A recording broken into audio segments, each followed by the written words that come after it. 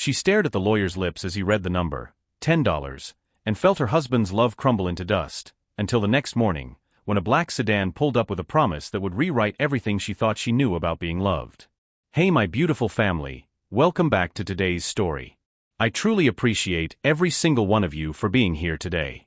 This story is going to be an emotional and powerful one, so make sure you stay with me all the way till the end. You don't want to miss a single moment. The apartment smelled like burnt toast and regret. Olivia stood at the kitchen sink, her hands submerged in cold soapy water that had long lost its warmth, scrubbing the same plate for the third time. She wasn't really cleaning it. She was just holding on. The sounds behind her, Zoe's bright laughter as she pushed toy cars across the scratched linoleum, Jordan's quieter hum as he colored at the table with half-broken crayons. Those sounds kept her tethered. Without them, she wasn't sure what would happen. The stack of envelopes on the counter had grown again. She didn't need to open them to know what they said. Past due. Final notice. Immediate action required. Red ink seemed to be the only color the world wanted to send her way anymore. 6 months. It had been 6 months since Dante's heart just stopped. No warning. No goodbye. Just a phone call from the hospital that turned her life into a before and after she'd never asked for. Mama. Zoe's voice cut through the fog. When's Daddy coming home? Olivia's hands stilled in the water. The question came every few days, less frequently now, but still sharp enough to steal her breath. Zoe was 6. Jordan 2. Old enough to remember their father's smile, young enough to believe he might still walk through the door. Baby. Olivia turned, drying her hands on a threadbare towel. Remember what we talked about? Daddy's in heaven now. He's watching over us. But I miss him. Zoe's lower lip trembled, and Olivia felt her own composure fracture. She crossed the small kitchen in 3 steps and sank to her knees, pulling both twins into her arms. Jordan came willingly, his small body pressing against her side. Zoe buried her face in Olivia's neck, and the dampness of her daughter's tears mixed with her own. I miss him too, Olivia whispered. Every single day. The truth was more complicated. She missed him. She was furious at him. She was drowning without him. And some nights, in the darkest hours when the twins finally slept and she sat alone with the bills and the silence, she wondered if he'd ever really seen her at all. If the promises he'd made, I'll take care of you, I'll build us something beautiful, you'll never have to worry, had been anything more than words.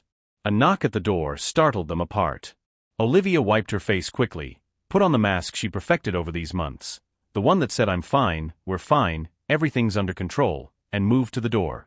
Through the peephole, she saw a black man in his 60s, wearing a charcoal suit that looked expensive and slightly out of place in her building's dim hallway. He held a leather briefcase and had the kind of face that had seen too much, deep lines around his eyes, a mouth that seemed more accustomed to frowning than smiling. Yes, she called through the door, not opening it. Mrs. Olivia Bennett? His voice was deep, professional, tired. Her stomach dropped. Debt collectors didn't usually wear suits this nice, but you never knew. Who's asking? My name is Henry Winters. I'm an attorney. I represent your late husband's estate. Estate. The word almost made her laugh. What estate? Dante had been a welder, worked himself to exhaustion, and still they'd barely scraped by. What estate could there possibly be? She opened the door a crack, keeping the chain latched. I don't understand. Henry Winters met her eyes, and something in his gaze made her pause. It wasn't pity exactly. It was heavier. Wearier. There's a will reading scheduled for tomorrow afternoon at 2 o'clock, he said, sliding a business card through the gap in the door. It's important that you attend.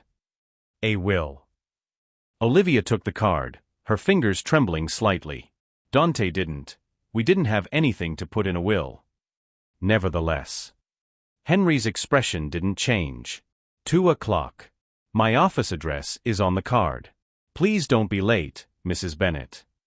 He turned and walked away before she could ask anything else, his footsteps echoing down the corridor.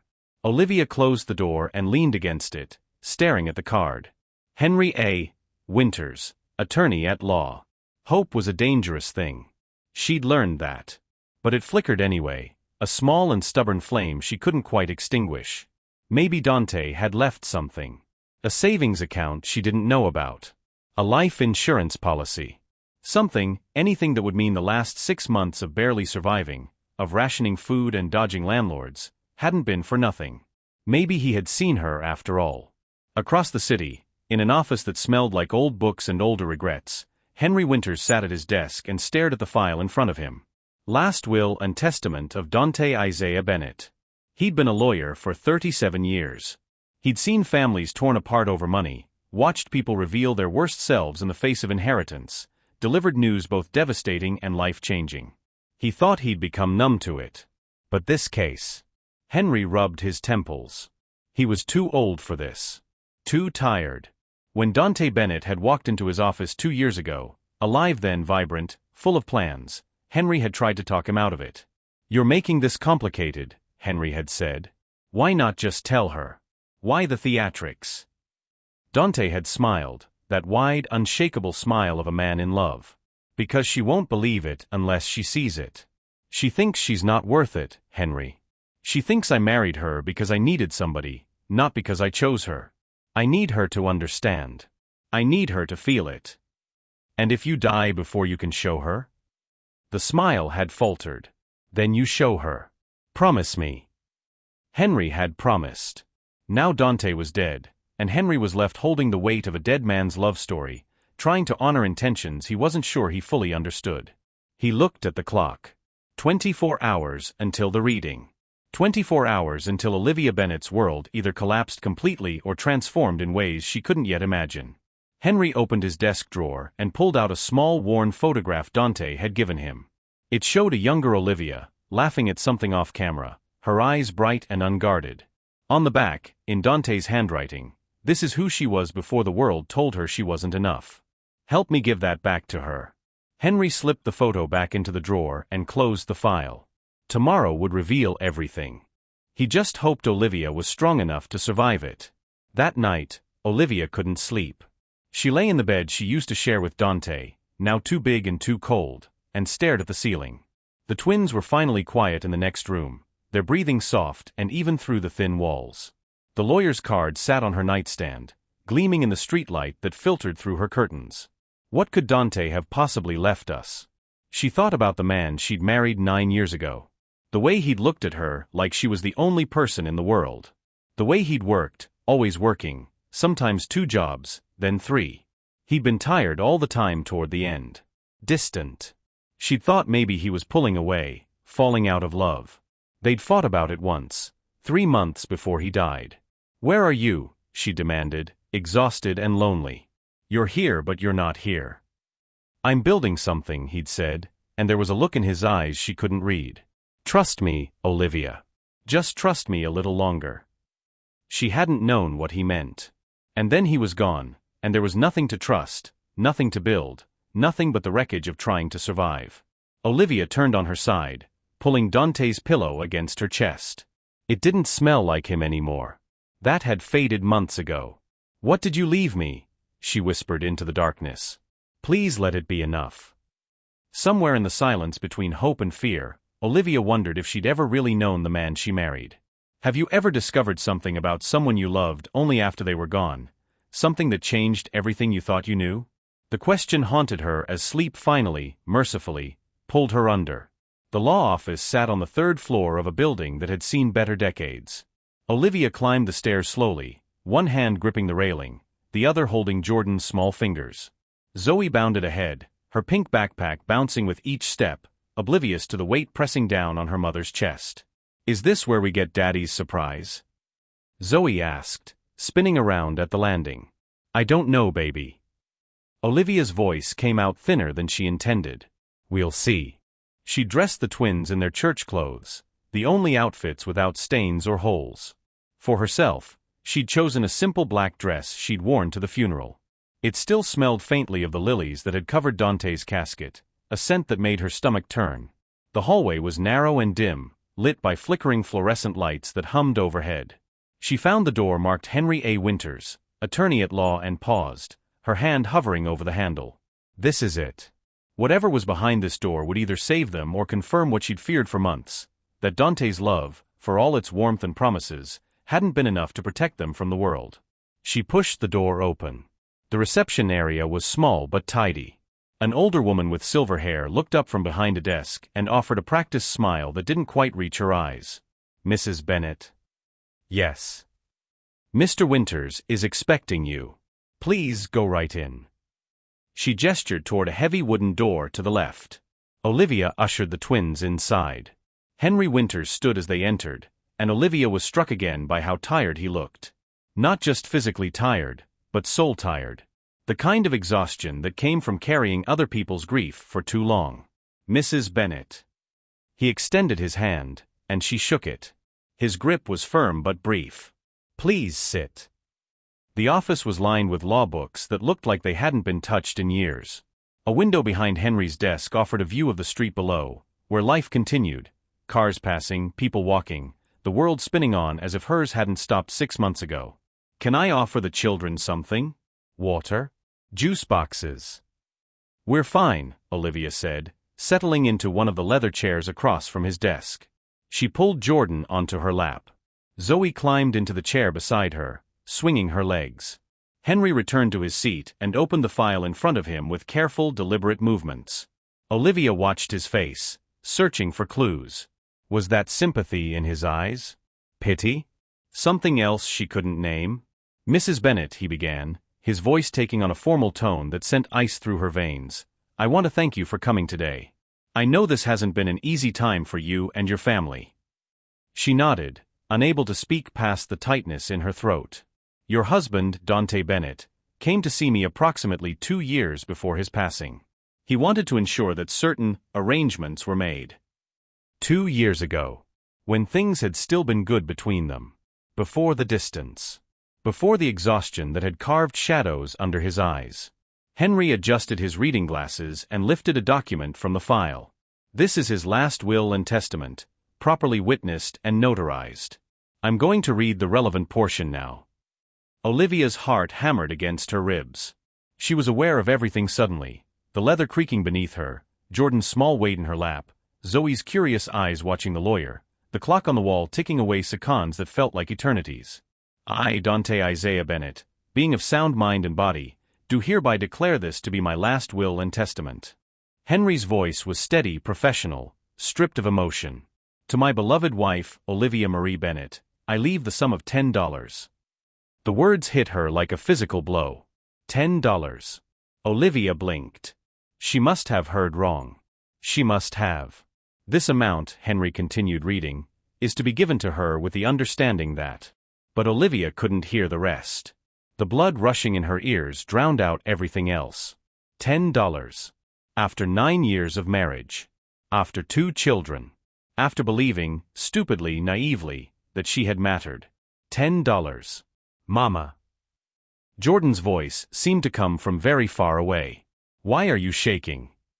She wasn't aware she was shaking until he said it.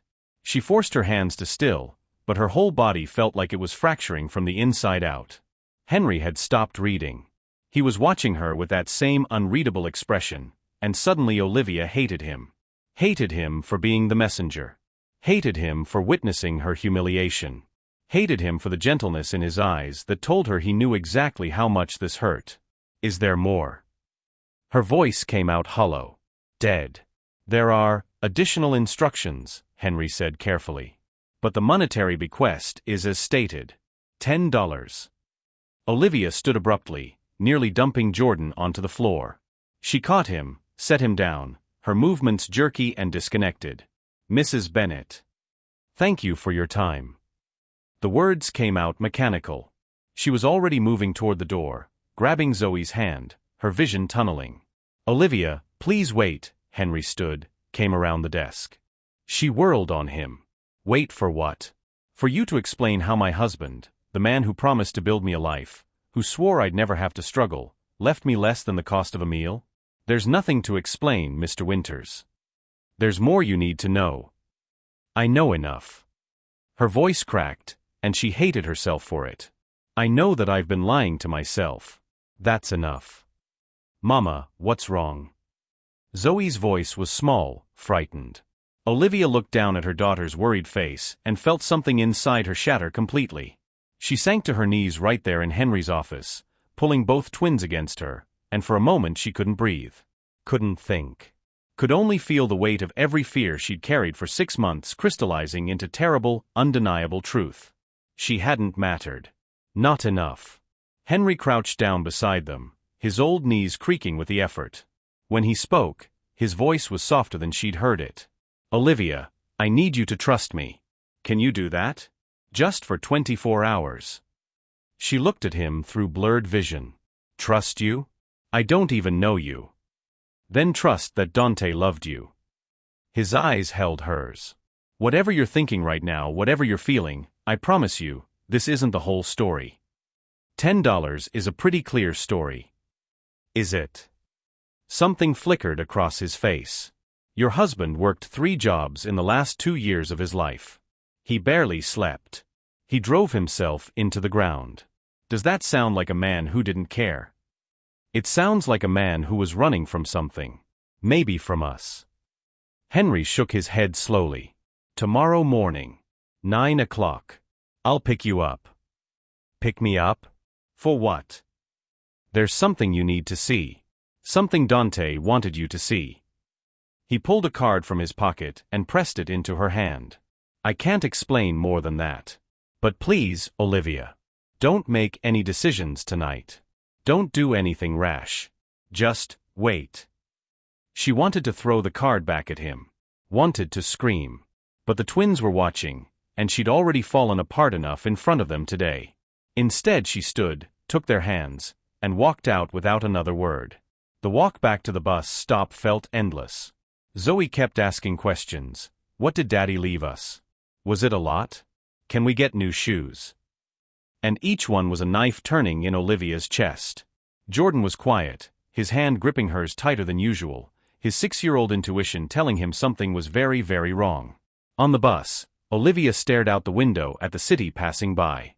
People going about their lives. Laughing. Talking on phones. Eating lunch from paper bags. The normalcy of it all felt obscene. $10. She kept turning it over in her mind, looking for an angle that made it make sense. Some secret meaning she was missing. But there was no hidden depth to find. It was exactly what it appeared to be, a final devastating message that she hadn't been worth more.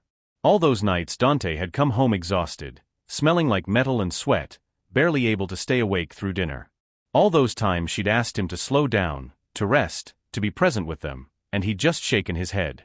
"I'm building something," he'd said. "Trust me." What had he been building? What could have been so important that he'd worked himself to death, only to leave her with pocket change and 2 children she could barely feed? "Mama." Jordan's voice pulled her back. "Are we going to be okay?"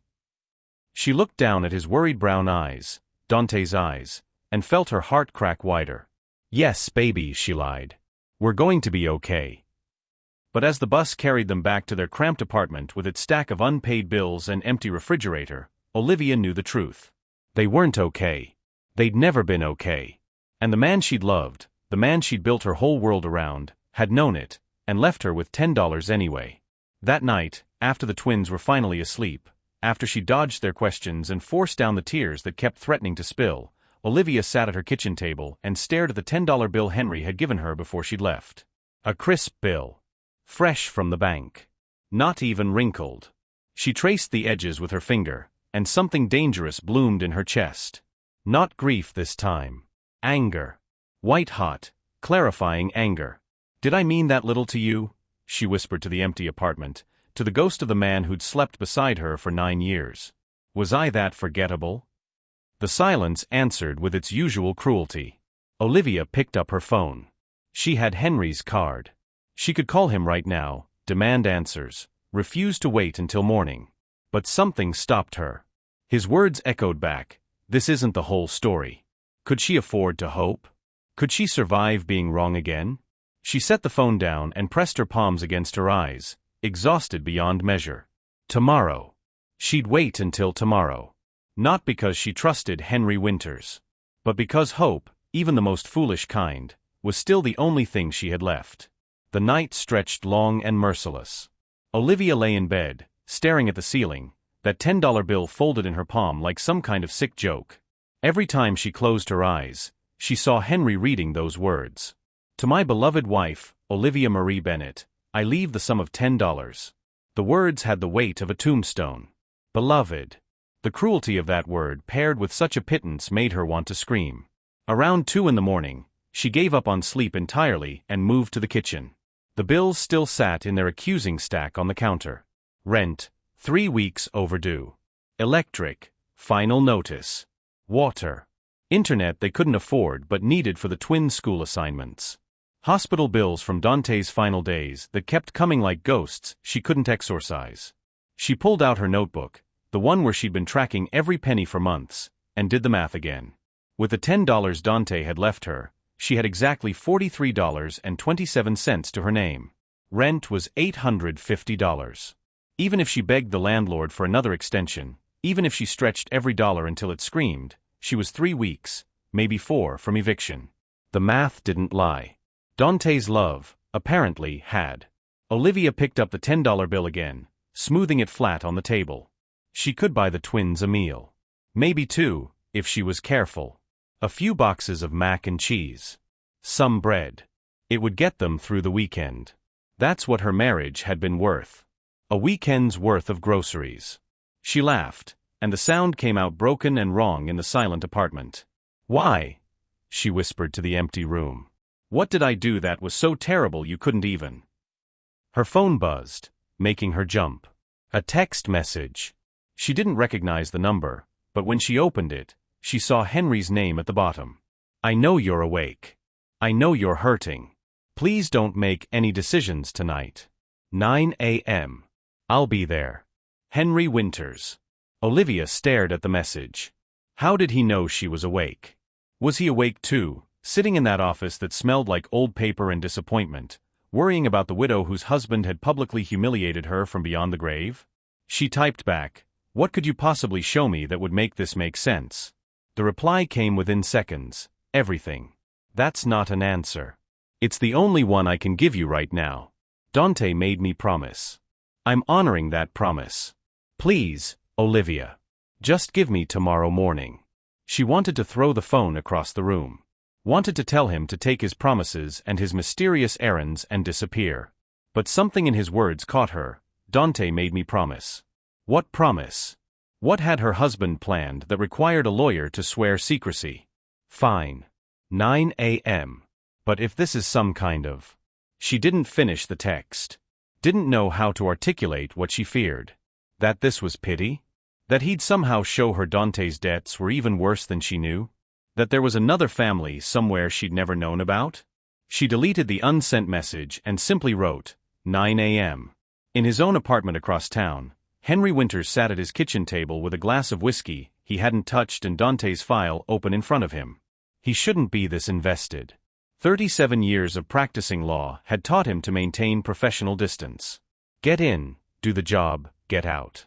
Don't carry clients' pain home with you. But Dante Bennet had been different. Henry closed his eyes and let himself remember the first time they'd met. Dante had shown up at his office 2 years ago without an appointment, wearing work clothes stained with metal shavings, exhaustion carved into every line of his face. I need to draw up a will, he'd said. And I need you to help me protect something. Protect what? My wife's belief in herself. Henry had dealt with complicated estates before. Messy divorces. Hidden assets. Families fighting over scraps. But he'd never had someone come to him with that as their primary concern. Over the weeks that followed, as Dante had explained his plan, Henry had gone from skeptical to concerned to, against his better judgment, moved. Dante was trying to do something Henry had never quite seen before. He wasn't just leaving assets. He was trying to orchestrate a revelation. A moment of understanding that would somehow undo years of self-doubt his wife carried. She thinks I don't see her, Dante had explained during one of their meetings. She thinks she's just there. Like furniture. Like I married her because I needed a wife, not because I chose her. I've tried telling her, but words don't land. She's got this wall up, you know? Built from every time someone made her feel small. And you think shocking her with a $10 inheritance will help? Henry had asked, not bothering to hide his doubt. I think showing her what I built with my bare hands, while she thought I was pulling away, will help. The $10 is it's symbolic. Every great thing starts small, right? One small seed of faith. It's going to hurt her first. Dante's face had fallen. I know. God, I know. But she won't believe the rest if she doesn't feel the hurt first. She'll find some way to diminish it, to tell herself it's not real or she doesn't deserve it. The shock opens the door. What comes after, that's what heals. Henry had wanted to argue. Had wanted to tell him this was needlessly cruel, that there were simpler ways. But Dante had looked at him with such desperate hope, such absolute conviction that he understood his wife better than anyone else could, that Henry had relented. Now Dante was dead, and Henry was left executing a plan that felt increasingly like torture. He opened his phone and read Olivia's text again. 9 a.m. She'd agreed. That was something. He just hoped Dante had been right. Hoped the estate, everything Dante had sacrificed for, would be enough to undo the damage that $10 reading had done. Because if it wasn't, Henry had just destroyed a widow for no reason at all. Morning came too quickly and not quickly enough. Olivia woke to Jordan shaking her shoulder. Mama, we're hungry. She'd fallen asleep at the kitchen table, her head on her arms, the $10 bill still clutched in her hand. Every muscle in her body ached. Her eyes felt swollen, gritty. She looked at the stove clock, 7:47 a.m. 73 minutes until Henry arrived. Okay, baby. Okay. She forced herself to stand, her body protesting. Let's see what we have. The refrigerator offered its usual sparse selection, half a gallon of milk that was 1 day from expiring, 2 eggs, some butter, and a wizened apple. The pantry was worse, a box of cereal with maybe 1 bowl left, some rice, half a loaf of bread. She made scrambled eggs and divided them between the twins, giving them the last of the cereal on the side. She took nothing for herself, her stomach too twisted to accept food anyway. Mama, aren't you eating? Zoe asked, her voice muffled by a mouthful of Cheerios. I had something earlier, Olivia lied. You two eat up. She moved through the motions of mourning like a ghost in her own life. Dressed the twins. Brushed their hair. Put on jeans and a sweater for herself, not bothering with makeup. What was the point? At 8:55, she stationed herself by the window, watching the street below. Part of her hoped Henry wouldn't show. That this was all some fever dream, and she could go back to the simple grief of before, when she mourned Dante but didn't hate him. But at exactly 9 a.m., a black sedan pulled up to the curb. Her heart lurched. Henry stepped out, looking up at her building. Even from 3 floors up, she could see the tension in his shoulders, the way he hesitated before heading toward the entrance. This is it. Whatever came next would either save her or finish breaking what little remained. Come on, babies, she said, gathering the twins. We're going for a ride. Where are we going? Jordan asked. Olivia looked at the $10 bill she'd tucked into her pocket, then at her children's curious faces. I don't know, she admitted. But I guess we're about to find out. Henry was waiting in the lobby when they came down. He looked like he hadn't slept either. His shirt was wrinkled, his tie slightly askew. When he saw them, something like relief crossed his face.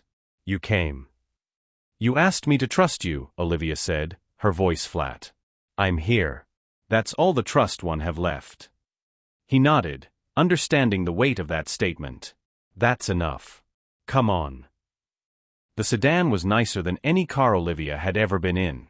Leather seats, that new car smell, everything pristine. The twins climbed into the back, eyes wide, and Olivia slid in beside them. Henry got behind the wheel and pulled away from the curb. For several blocks, no one spoke. The city passed by outside the windows, familiar streets giving way to less familiar ones, buildings getting shorter, spaces between them growing wider. Finally, Olivia couldn't stand it anymore. Where are we going? Henry's hands tightened on the steering wheel. About 40 minutes outside the city. There's something Dante wanted you to see. Something he spent the last 2 years of his life working on. 2 years. Her voice sharpened. What could he have been working on for 2 years that I didn't know about? That's what I'm going to show you. Why not just tell me? Why this, she gestured vaguely, this theatrical production? Henry glanced at her in the rearview mirror. Because Dante knew you. He knew if I just told you, you'd find some way not to believe it. He needed you to see it. Touch it. Stand in the middle of it. In the middle of what? His love for you. The words hit her like a slap. Olivia turned away, staring out the window, her jaw clenched so tight it ached. His love was $10, she said coldly. That's what his love was worth. Is it? Henry's voice was gentle. Or is $10 just the beginning of a much longer sentence? She didn't answer. Couldn't. Because if she opened her mouth, she'd either scream or cry, and she'd promised herself she wouldn't do either in front of her children again. So she sat in silence as the city fell away behind them, as the car carried her toward whatever truth Dante had hidden, and tried to prepare herself for one more disappointment in a life that had become nothing but. Have you ever been so hurt by someone that even their attempt to make it right felt like another wound? Olivia wondered as unfamiliar roads stretched ahead. Sometimes the hardest thing isn't forgiving someone for hurting you, it's letting yourself believe they never meant to hurt you at all. The highway stretched ahead like a ribbon of possibility Olivia wasn't ready to believe in. They'd been driving for 20 minutes, and the silence in the car had grown thick enough to choke on. The twins had fallen into the quiet too, sensing the tension between the adults. Jordan pressed his face against the window, watching the landscape change from urban sprawl to scattered suburbs to something greener, more open. Zoe had her head on Olivia's shoulder, thumb in her mouth, a habit she'd outgrown years ago but had returned to since Dante's death. Olivia's mind churned. Every mile away from the city felt like moving further from reality, from the life she knew, as suffocating as it was, into something unknown. And the unknown terrified her more than staying in her cramped apartment with her stack of bills. At least there, she knew what to expect. Knew the shape of her suffering. How much longer? She finally asked, breaking the silence. About 20 more minutes, Henry replied. His voice was careful, measured. Like he was handling explosives. Maybe he was. You knew my husband well? The question came out sharper than she intended. Henry's eyes met hers in the rearview mirror. I knew him for 2 years. Professionally at first. Then. I suppose we became something like friends. Friends. Olivia tasted the word, found it bitter. Did his friends know about this, whatever this is, while his wife was in the dark? I was the only one who knew. Dante was adamant about that. Of course he was. She looked away, jaw tight. God forbid he actually talked to his wife about what he was planning. He wanted to surprise you. Well, mission accomplished. Her laugh was sharp, humorless. I'm surprised. Shocked, even. Turns out I didn't know my husband at all. Henry was quiet for a moment, navigating the car off the highway onto a smaller road that wound through increasingly rural landscape. Trees lined both sides now, their branches creating a canopy overhead that dappled the sunlight. Can I tell you something? Henry asked finally. Can I stop you? Probably not. A ghost of a smile touched his lips, then faded. In my 37 years as a lawyer, I've seen a lot of marriages. I've seen people at their worst, fighting over money, property, who gets the dog. I've seen prenups that read like declarations of war. I've seen couples who supposedly loved each other tear each other apart over a piece of furniture. Olivia remained silent, waiting. Dante Bennett was different. Every time he came to my office, every conversation we had, it all came back to you. How to make sure you were protected. How to make sure you understood. How to give you something that would last beyond his lifetime. He didn't think he was going to die, Olivia said quietly. This wasn't some deathbed plan. No, Henry agreed. He thought he'd be there to show you himself. He was working toward a reveal, a surprise for your 10th anniversary. He had 8 months left when he died. The information landed like stones in still water, sending ripples through everything Olivia thought she knew. Their 10th anniversary would have been in February. 6 months away when Dante's heart had stopped. He never said anything, she whispered. He wanted it to be perfect. He was terrified of disappointing you. Well, he managed that anyway, didn't he? The bitterness in her voice surprised even her. Henry pulled the car onto an even smaller road, barely more than a lane, that disappeared into thick woods. Did he? Or did you decide what his intentions were without knowing the full story? Olivia's head snapped up. Are you seriously You read me a will that left me $10. What other story could there possibly be? The one we're driving to right now. And if it's not enough? If whatever you're about to show me doesn't magically fix the fact that my husband kept secrets from me, worked himself to death, and left me alone with 2 children I can barely feed. Henry's voice softened. Then I'll drive you home, and you'll never have to see me again. But Olivia, he paused, choosing his words carefully. At least give him the chance to finish what he was trying to say. The car emerged from the tree line, and suddenly the road opened up. Olivia's breath caught. Ahead of them, at the end of a long gravel driveway, stood iron gates. Not ornate or ostentatious, but solid, real. Beyond them, she could see the hint of something larger, the edge of a building, trees, what looked like gardens overtaken by wild growth. What is this? Her voice barely rose above a whisper. Henry stopped the car in front of the gates. This, he said, is what Dante spent 2 years building. This is why he worked 3 jobs. Why he was exhausted all the time. Why he couldn't tell you where he was going on weekends. He got out of the car, pulled a key from his pocket, and unlocked the gates. They swung open with a groan of metal that sounded like a door to another world. Olivia's heart hammered against her ribs. I don't understand. You will. Henry got back in the car and drove through the gates. The driveway curved through overgrown gardens. She could see the bones of careful landscaping beneath the wildness, flower beds that had once been tended, stone pathways covered in moss. And then, around the final curve, the house revealed itself. It wasn't a mansion. But it wasn't small either. 2 stories, colonial style, with wide windows and a wraparound porch that had probably been beautiful before weather and neglect had worn it down. The paint was faded, shutters hung crooked in places, the lawn was overgrown, but underneath the abandonment, Olivia could see the structure's good bones. Could see what it might have been. What it could still be. Henry parked in front of the house and turned off the engine. For a long moment, no one moved. Mama. Zoe's small voice broke the silence. Is this ours? Olivia couldn't answer. Couldn't breathe. She opened the car door and stepped out on shaking legs. The air smelled different here. Cleaner, sweeter. Pine and earth and something floral she couldn't name. Birds sang in the trees. A breeze rustled through leaves. It was so quiet she could hear her own heartbeat. Henry came to stand beside her. Dante bought this property 3 years ago. It was a foreclosure. The previous owners had let it fall into disrepair. He got it for a fraction of what it's worth. Spent the next 2 years fixing it up, bit by bit. Every free moment he had, he was out here. But, how? We didn't have money for this. We could barely afford rent. He took out a personal loan. Worked overtime. Took every extra shift he could get. He was going to surprise you with it, a place for you and the kids. Space to breathe. A yard for the twins to play in. He said, Henry's voice caught slightly. He said you'd always talked about having a garden. A place to paint. He wanted to give you that. Olivia felt tears burning behind her eyes, but she refused to let them fall. Because alongside the wonder, alongside the shock, was anger. Hot and fierce and impossible to ignore.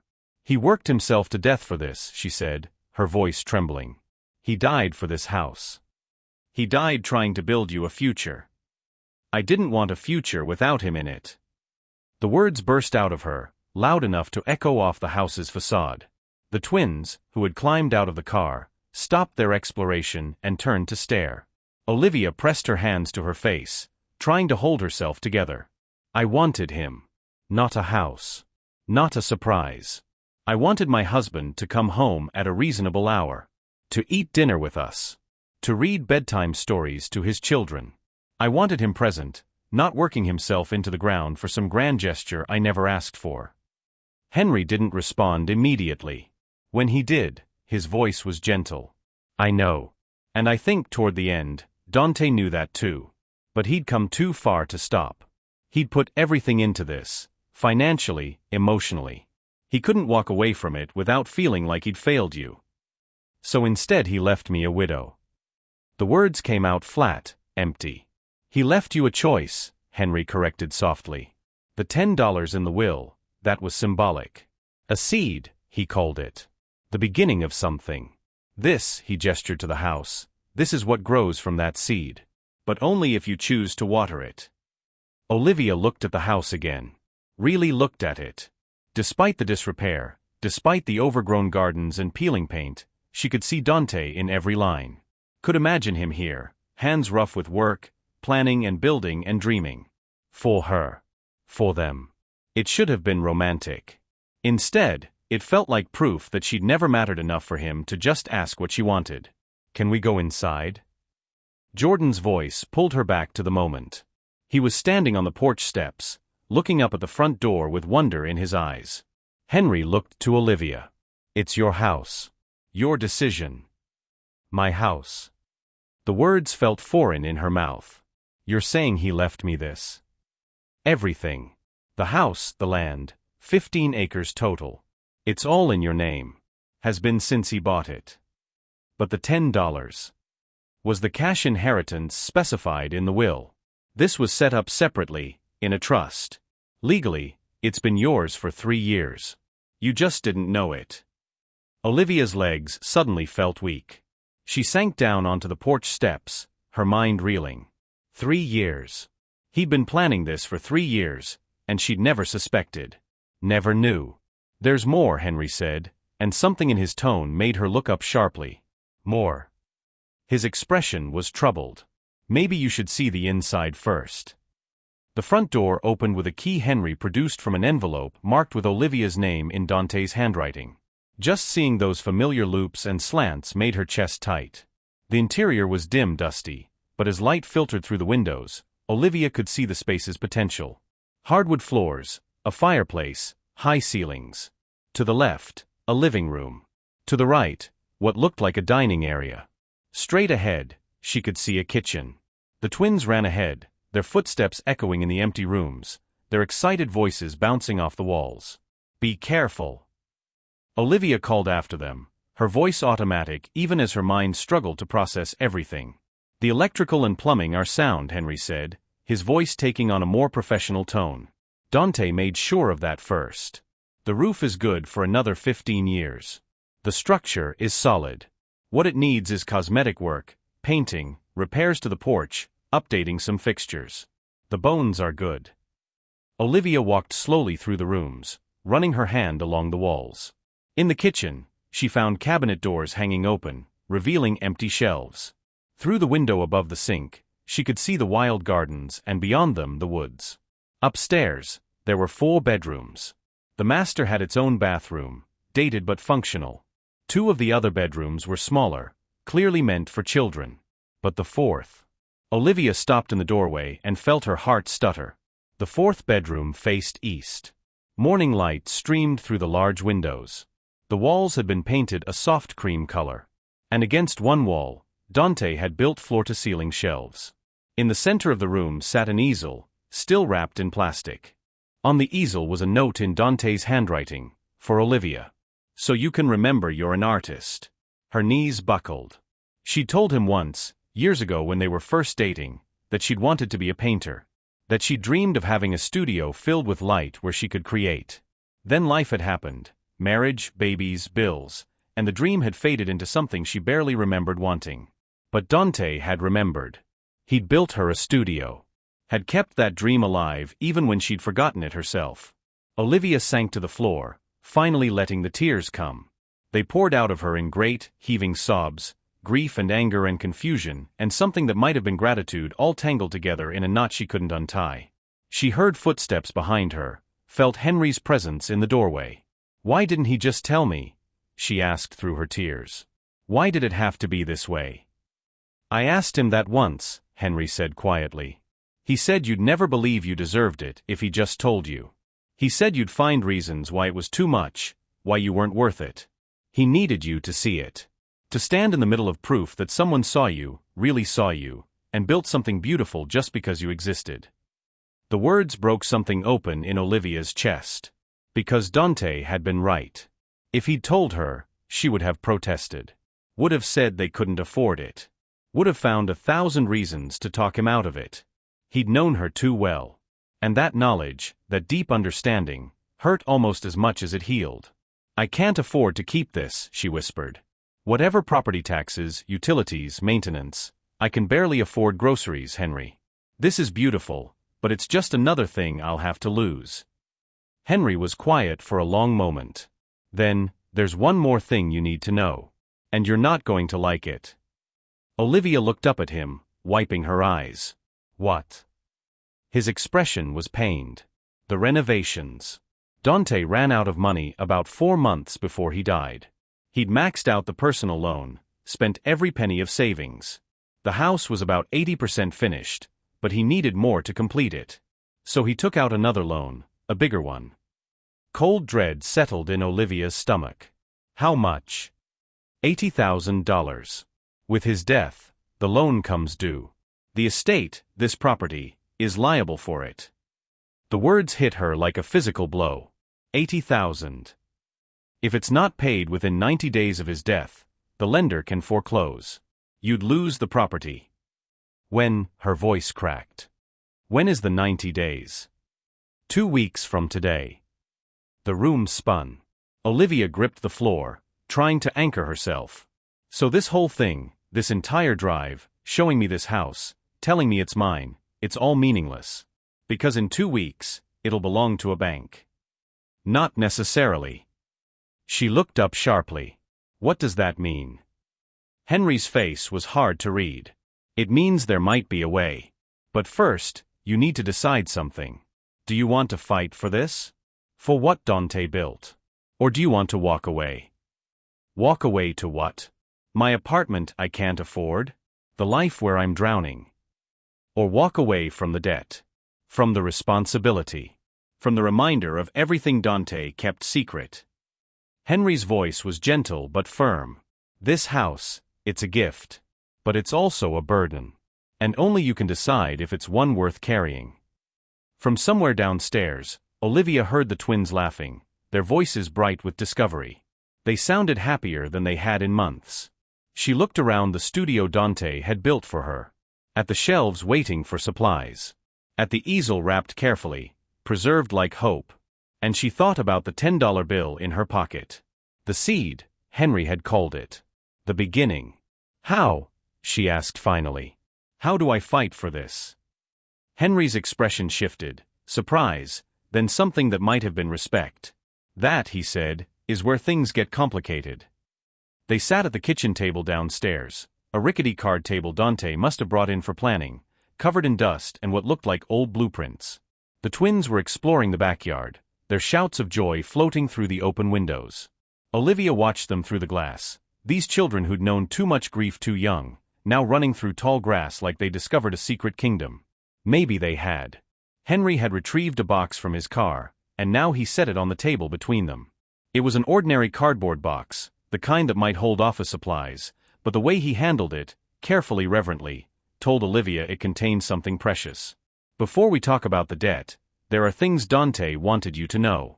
Things he wrote down because he was afraid he wouldn't find the right words to say them out loud. Olivia's throat tightened. Letters. Among other things. Henry opened the box, and Olivia saw it was filled with envelopes, photographs, folded papers, and what looked like a small leather journal. He gave me this 2 months before he died. Said if anything happened to him before he could bring you here himself, I was to show you everything. 2 months before. Olivia's voice trailed off. Did he know? That something was wrong with his heart. He'd had some chest pains. Went to a doctor who told him to slow down, reduce stress, get more rest. Henry's expression was sad. He didn't listen. Of course he hadn't. Dante had been stubborn-driven, always pushing himself harder than anyone asked him to. It was one of the things she'd loved about him. And one of the things that had killed him. Henry pulled out the journal and placed it in front of her. Start with this. Olivia's hands trembled as she picked it up. The leather was worn, the edges soft from handling. She opened it to the first page and saw Dante's handwriting, messier than usual, like he'd been writing quickly, thoughts pouring out faster than his pen could keep up. Year 1, the plan. I bought the land today. 15 acres, a house that's seen better days. But God live, you should see the potential. I walked through it and saw us. Saw you painting in a room full of morning light. Saw the twins running through gardens. Saw Sunday mornings on that porch, coffee in hand, nowhere to be but right there. I know I should tell you. I know keeping secrets isn't what married people are supposed to do. But you'd talk me out of it. You'd say we can't afford it, that it's too much, that I'm being unrealistic. You'd make yourself smaller to fit into what you think we deserve. But I see what you can't see yet. I see that you deserve a place where you don't have to make yourself small. Where the twins can have their own rooms and you can have space to be more than just mom. Where we can build something that's ours, really ours, not borrowed or rented or temporary. So I'm doing this in secret. And when it's ready, when I can bring you here and show you what love built, maybe then you'll finally believe you're worth every sacrifice. Olivia had to stop reading. The words blurred through her tears. She pressed her palm flat against the page, feeling the indentations where Dante's pen had pressed hard into the paper, the physical evidence of his conviction. "Keep going," Henry said softly. She turned the page. Month 4. The plumbing is harder than I thought. Spent all weekend under the house, freezing my ass off, trying to remember what that YouTube video said about PVC pipes. Got it wrong twice. Finally called in a professional, which set me back $2,000 I didn't budget for. Liv asked tonight where I was all weekend. I said working overtime. Not technically a lie, this is work, the hardest I've ever worked. But I saw the hurt in her eyes. She thinks I'm pulling away from her. It's killing me. Every time she looks at me like that, like she's losing me, I want to just spill everything. But I'm so close. The electrical is almost done. The roof is solid. Just need to finish the plumbing, then I can start on the cosmetic stuff. 6 more months. Maybe 8. Then I'll bring her here, and she'll understand. She'll see that I wasn't pulling away, I was building toward something. I hope she understands. I hope I'm doing the right thing. Olivia's chest ached. She remembered that conversation. Remembered how distant Dante had seemed, how she'd felt him slipping away. She'd been so certain he was tired of her, of their life, of the mundane reality of marriage and parenthood. He'd been here. Building this. For her. She flipped through more pages, months of entries detailing problems and solutions, small victories and setbacks. The roof leak that cost him 3 weeks and his entire savings buffer. The time he nearly fell off a ladder and broke his arm but caught himself at the last second. The weekend he drove out here in a snowstorm because he'd forgotten to winterize the pipes. Then, a year and a half in. I'm exhausted. Bone-tired in a way I've never been. Picked up a 3rd job, night security at the warehouse. Sleep 4, maybe 5 hours if I'm lucky. Come home just long enough to kiss Liv and the twins, then I'm back out the door. Liv doesn't understand. How could she? She thinks I'm avoiding family dinners because I don't want to be there. Truth is, I'd give anything to sit at that table every night, help with homework, watch the twins grow. But this is temporary. The sacrifice now means forever later. I just need to hold on a little longer. The next entry was dated 3 months before Dante died. Bad news from the bank today. The loan isn't going to cover everything I need. The house is livable, technically, but it's not ready. Not the way I pictured it. The kitchen needs updating. The master bathroom is half finished. And Liv's studio, God, her studio is just bare walls and potential. I need another $80,000. Maybe more. Talked to Henry today about taking out a second loan. He tried to talk me out of it. Said I'm over-leveraged, that I'm taking on too much risk. But what's the alternative? Stop now, when I'm this close. Show Liv a half-finished dream? No. I'm seeing this through. She's worth it. We're worth it. 10 more months of work. Then it's our 10-year anniversary, and I'll bring her here. Finally. Finally, she'll see what I see when I look at her. Olivia closed the journal, unable to read more. Her whole body shook with the weight of it, the magnitude of what Dante had tried to do, the depth of his miscalculation. He'd been so focused on the destination he hadn't seen the cost of the journey. Hadn't realized he was trading their present for a future they'd never share. There's more, Henry said, pulling out a manila envelope. Photographs. He took them throughout the process. Wanted to show you the transformation. He spread the photos across the table. Olivia saw the house as it had been when Dante bought it, dilapidated, almost condemned looking. Then progress shots, the roof being repaired, new windows being installed, the interior being gutted and rebuilt. And in some of the photos, in the background, she saw Dante himself. Thinner than she remembered him being. Exhausted. But smiling. Always smiling. In one photo, he stood in what would become her studio, arms spread wide, grinning at whoever was taking the picture. On the back, he'd written, "Live Space. Where she'll remember she's more than what the world made her." "Who took these?" Olivia asked, her voice barely audible. "I did," Henry said. "Some of them, anyway. Others he took himself, with a timer. He wanted documentation. Wanted you to see every step." Olivia picked up another photo, this one of the overgrown gardens. Dante had drawn on it with marker, sketching in flower beds and pathways, labeling plants. "Roses here, Liv's favorite. Vegetable garden for the twins to help with.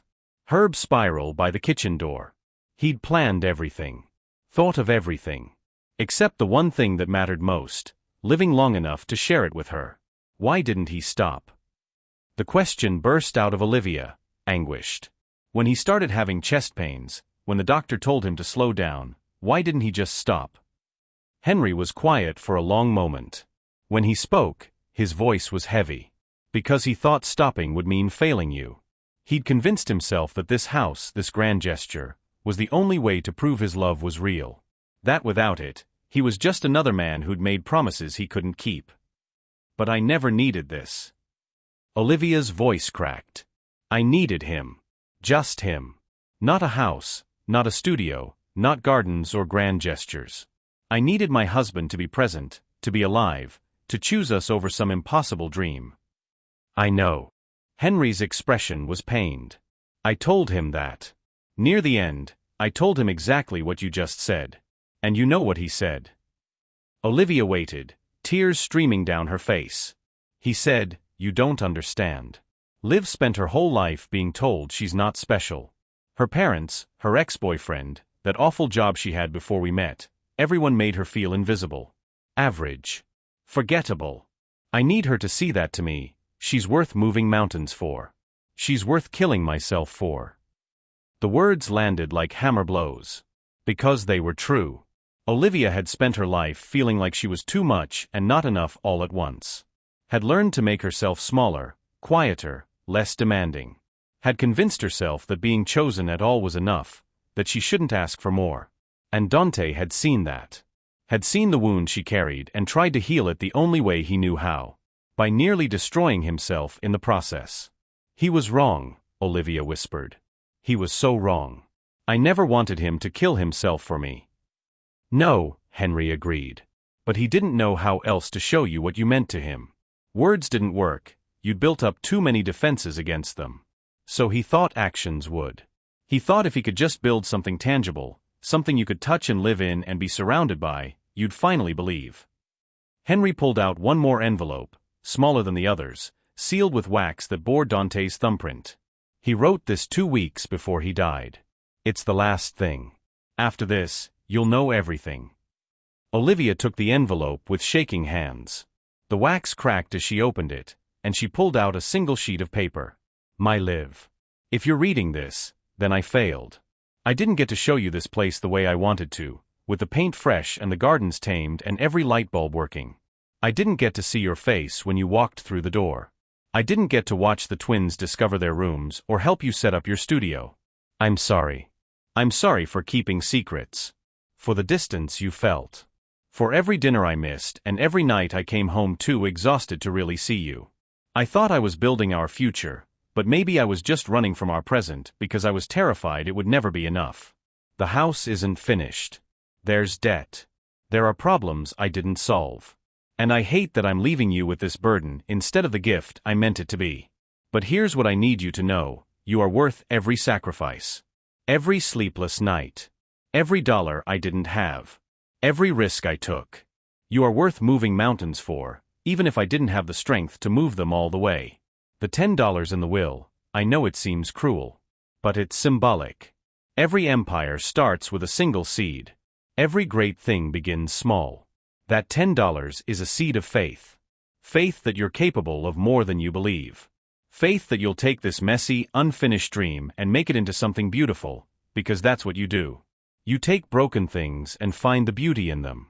You did it with me. Now do it with this house. I love you. I've always loved you. And whether this house stands or falls, that truth doesn't change.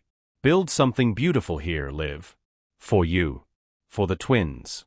For the life I wanted to give you but ran out of time to complete. All my love, always. Dante. P.S. Trust Henry. I know I'm asking a lot, but trust him. He'll help you figure this out. He promised me. Olivia folded the letter carefully and pressed it against her chest. She couldn't speak. Couldn't breathe around the enormity of what she'd just learned. Dante had been wrong about so much. Wrong about what she needed. Wrong about killing himself to prove his love. Wrong about the grand gesture being more important than the everyday moments. But he'd been right about one thing. She'd spent her whole life not believing she was worth fighting for. And he'd fought anyway. Mama. Olivia looked up to see Zoe and Jordan standing in the doorway, dirt-streaked and grinning, holding handfuls of wildflowers. We found flowers. Zoe announced. Can we live here? Please? There's so much space, and Jordan found a treehouse someone started building, and there's a pond. A pond. Olivia's voice came out rough. In the back. Jordan's eyes shone. With frogs and everything. Olivia looked at Henry. There's a pond. Dante was planning to stock it with fish. Thought the twins would enjoy it. Henry's expression softened as he watched the children. He built the treehouse platform last summer. Didn't finish it. Of course he didn't. He'd run out of time. Out of strength. Out of heartbeats. Olivia stood on shaky legs and went to her children, taking the wildflowers they offered.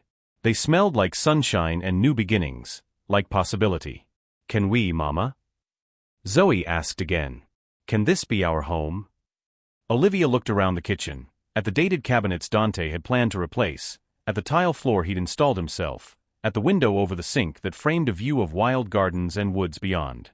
She thought about the studio upstairs, waiting. About the treehouse, unfinished. About the debt that threatened to take all of it away. About the $10 bill in her pocket and the seed of faith Dante had planted. I don't know yet, baby, she said honestly. But we're going to try. We're going to try really hard. She looked at Henry over the twins' heads. You said there might be a way to save this place. Tell me. Henry's expression grew serious. It's complicated. And it involves a sacrifice.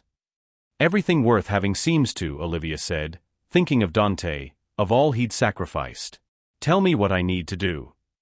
When was the last time someone saw the parts of you that you tried to hide, the wounds, the doubts, the secret dreams you'd given up on, and loved you harder because of them, not despite them? Olivia wondered, clutching her late husband's letter. Sometimes being truly seen is more terrifying than being invisible, because it means you can't hide anymore from what you might actually deserve. Henry made coffee. It was such a simple domestic act, rummaging through the box he'd brought from his car, producing a thermos and paper cups, pouring the still warm liquid into styrofoam, but it felt significant somehow. Like an offering. A bridge between strangers who were being forced to become something more. They sat on the back porch steps, the twins having run off to explore the pond under strict instructions to stay where Olivia could see them. The afternoon sun slanted through the trees, turning everything golden. It was the kind of light painters dreamed about. The kind of light Dante had known she'd love. I didn't think I'd ever drink coffee again without it tasting like grief, Olivia said quietly, wrapping her hands around the cup. But this tastes different. Different how? I don't know. Less bitter, maybe. She took another sip. Tell me about the debt. Tell me what complicated means. Henry settled beside her, his old bones creaking as he sat. For a moment, he just watched the twins, Zoe crouching by the pond's edge, Jordan throwing stones that sent ripples across the surface. I paid it, he said finally. Olivia's head whipped toward him. What? The $80,000. I paid it off 3 days ago. The property is free and clear. The words didn't make sense. Olivia stared at him, trying to rearrange them into something comprehensible. You paid my husband's debt? Why would you, Henry, that's... I know what it is. His voice was steady, but she saw his hands tighten around his cup. And before you say anything, before you tell me you can't accept it, you need to understand why I did it. There's no why that makes sense. Let me try. Henry was quiet for a moment, organizing his thoughts. 23 years ago, my son, David Jr., was 15. Good kid. Honor roll. Never gave us any trouble. Then one night, he went to a party. Stupid teenage party where someone brought beer and someone else thought it would be funny to see who could drink fastest. Olivia felt her chest tighten, sensing where this was going. David Jr. wasn't a drinker. Didn't know his limits. Had too much too fast, and his friends, stupid scared kids, didn't know what to do when he passed out. So they left him. Put him in his car to sleep it off, and went home. Oh God, Olivia whispered. He would have died that night. Alcohol poisoning, severe dehydration, aspirated vomit. The doctors said another hour and his organs would have started shutting down. Henry's voice was remarkably steady for a man describing his son's near death. But someone found him. A young man who was driving home from his shift at the steel mill. Saw the car in the parking lot, saw the kid inside, and instead of assuming he was just sleeping it off like everyone else had, he broke the window. Called 911. Stayed with him until the ambulance came. Rode with him to the hospital even though he didn't know him. Olivia's breath caught. Dante. Henry nodded. He was 19. Working full-time, sending money home to his mama, barely making rent. But he stayed at that hospital for 6 hours until I got there. And when I tried to thank him, tried to offer him money for the car window he'd broken for his time, he just said, "I got a little brother. I'd want someone to do the same." A tear slid down Henry's cheek, and he brushed it away impatiently. I told him if he ever needed anything at all, he should call me. Gave him my card. 20 years passed. I never heard from him again. Then one day 2 years ago, he walks into my office. And you know what he says? He says, "I need a lawyer I can trust. Someone who understands what it means to protect family." He remembered you, Olivia said softly. He remembered. And over those 2 years, working on this house, this plan, Olivia, your husband became more than a client. He became the son I got to keep because he'd been brave enough to act when it mattered.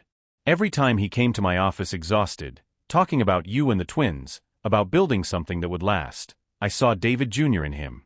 Saw the kind of man my son got the chance to become because Dante didn't drive past that parking lot. Henry turned to face her fully, his eyes bright with unshed tears. So when I say I paid the debt, understand, I'm not being charitable. I'm not pitying you. I'm repaying a debt that's 23 years overdue. Dante gave me my son's life. The least I can do is protect what he died trying to build for his family. Olivia couldn't speak. The enormity of it, the invisible thread connecting the parking lot to this porch, connecting a 19-year-old Dante to the man he'd become, connecting his spontaneous act of courage to the gift Henry was offering her now, it was too much. Too big. Too impossibly beautiful. I can't accept this, she finally managed. Henry, that's your retirement.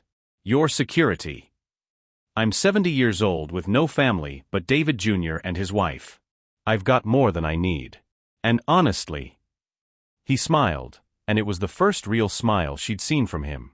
I can't think of a better way to spend it than honoring the man who gave me everything that matters. But. No buts. It's done. The debt is paid. The house is yours, free and clear. All you need to decide is whether you want to keep it. Olivia looked out at the property, at her children playing in the fading light, at the gardens waiting to be tamed, at the house that was somehow both a burden and a blessing. What about the upkeep? The utilities, the property taxes, the repairs it still needs? I don't have money for any of that. We'll figure it out. Together. Together. She looked at him sharply. Henry, you've already done too much. I've done exactly enough. And if you'll let me, I'd like to do more. Not out of pity or obligation, but because, he paused, searching for words. Because Dante asked me to look after you. To help you believe you deserved this. And I intend to keep that promise. Why? The question came out raw. Why do you care so much? Henry's expression softened. When my wife died 8 years ago, I stopped believing good things were possible. Stopped believing in grand gestures or love that outlasts death. Dante reminded me. Your husband, with his crazy plan and his impossible optimism and his absolute conviction that you were worth every sacrifice, he reminded me what it looks like when someone loves so hard they're willing to bet everything on it. He set down his coffee cup and reached into his jacket pocket, pulling out a photograph. He handed it to Olivia.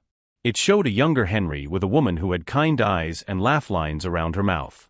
They were standing in front of a house, modest but charming, and they were both grinning at the camera. "Margaret," Henry said. "My wife.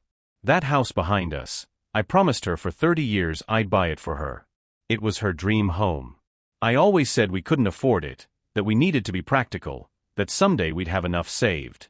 And then she got sick, and there was no more someday."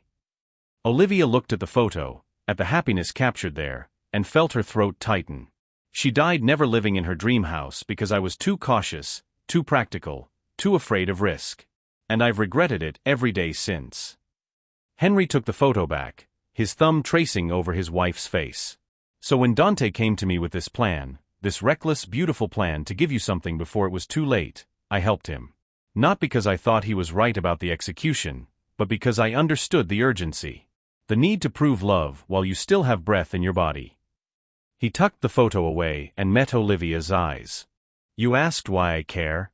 Because helping you keep this house, helping you believe you're worth what Dante tried to give you, that's me finally doing for someone else what I failed to do for Margaret. It's me honoring both of them. And maybe, just maybe, finding a way to forgive myself." Olivia reached out and took Henry's weathered hand in hers. They sat like that for a long moment, two people bound by grief and love and the ghosts of those they'd lost. "Okay," she said finally. "Okay. Okay, I'll try. I'll try to keep this house. To build something here. But Henry," she squeezed his hand, "I can't let you sacrifice everything for us. There has to be a way for me to stand on my own eventually. To not be another burden you're carrying. You're not a burden. You're a purpose. There's a difference." He squeezed back. "But yes, we'll figure out how to make this sustainable. How to make it yours in a way that doesn't require rescue. Deal? Deal." From the pond, Zoe's voice rang out, "Mama. Mr. Henry. Come see. There's baby frogs." Olivia laughed, actually laughed, for the first time in what felt like forever. She stood, pulling Henry up with her, and together they walked toward the pond where the twins were crouched in the mud, absolutely filthy and absolutely delighted. "Look." Jordan held up his cupped hands, revealing a tiny frog no bigger than his thumbnail. "Can we keep him?" "Baby, frogs need to live outside," Olivia started, but Henry cut her off. "We could build a small pond ecosystem. Near the house, where you could see it from the kitchen window. Stock it properly, create the right habitat." He glanced at Olivia. "If your mama says it's okay." The twins turned identical pleading faces toward her, and Olivia felt something in her chest crack open. Not break, open. Like a seed splitting to let something grow. "Sure," she heard herself say. "Why not? What's a house without frogs?" The twins cheered, and Jordan carefully released the frog back into the pond. Zoe grabbed Olivia's hand, chattering about frog names and whether they could get a dog too, and did their new house have a name? As the sun dipped lower, painting the sky in shades of orange and pink, Henry retrieved blankets from his car and they spread them on the grass. He'd brought sandwiches too, had come prepared for this, Olivia realized. Had believed she'd say yes before she'd even known the question. They ate together, the four of them, in the fading light. The twins demolished their sandwiches and then ran off to chase fireflies that were beginning to emerge from the tall grass. Olivia watched them, these children who'd known too much loss, now running through gathering darkness without fear, their laughter floating back like music. What was she like? Olivia asked quietly. "Margaret." Henry smiled, and it was bittersweet. Stubborn. Funny. She had this laugh that made everyone around her want to laugh too. She believed in second chances. Always said people were more than their worst moments. He paused. "She would have liked you. And she would have told me I was an idiot if I didn't help you keep this place. I wish I could have met her." "Me too." Henry was quiet for a moment. What about you? Tell me something about Dante I don't know. Something from before all this, when he was just yours. Olivia thought back, reaching for a memory that didn't hurt. She found one, fragile but intact. When we first started dating, I told him I didn't dance. Said I had 2 left feet, that I'd embarrass myself. He didn't push, didn't try to change my mind. Then one night, about 6 months in, we were at his apartment. He was cooking dinner, burning it actually, and this song came on the radio. Some old Motown thing. And without a word, he took my hand and just started swaying. Not really dancing. Just moving. And he said, "See? This is dancing. Just moving to something that makes you feel alive." She smiled, remembering. We stood in his tiny kitchen, barely moving, the smoke detector going off because he'd forgotten the chicken, and it was perfect.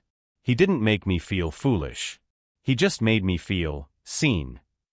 "That's beautiful," Henry said softly. That's who he was. He saw people. Really saw them. Not just their surface, but all the tender places underneath. The dreams they'd given up on. The fears they carried. She looked at the house, at the studio window reflecting the last light.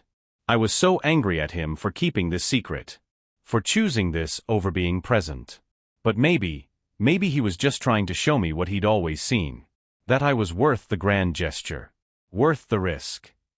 "You are," Henry said simply. "And now you get to decide what to do with that truth." They sat in comfortable silence as darkness settled fully. The twins had tired themselves out and came back to collapse on the blanket, Jordan's head in Olivia's lap, Zoe curled against Henry's side like she'd known him for years instead of hours. "Can we stay tonight?" Zoe asked sleepily. "In our new house?" Olivia looked at Henry, who shrugged. "There's no furniture, no electricity turned on yet. But I've got more blankets in the car. We could camp out. Make an adventure of it." It was impractical. Uncomfortable. Slightly insane. "Okay," Olivia said. "Let's stay." They made a nest of blankets in what would become the living room. Henry had flashlights in his car, of course he did, and they set them up around the room, creating a warm glow. The twins thought it was the best thing that had ever happened, camping inside a house.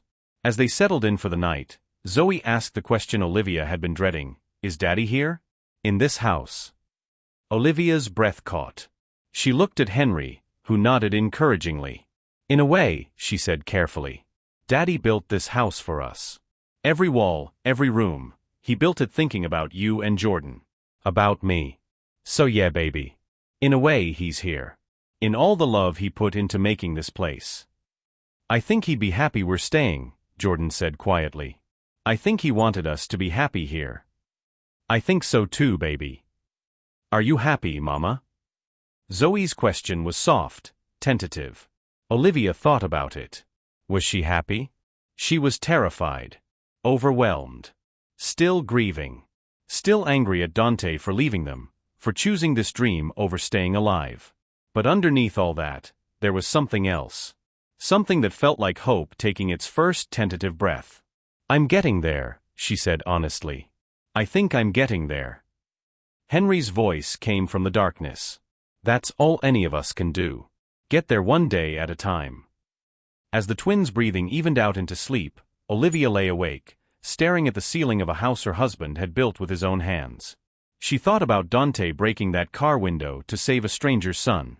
About Henry waiting 23 years to repay a debt. About love that echoed forward through time, creating ripples nobody could predict. She pulled the $10 bill from her pocket and held it up in the flashlight's beam. A seed, Dante had called it.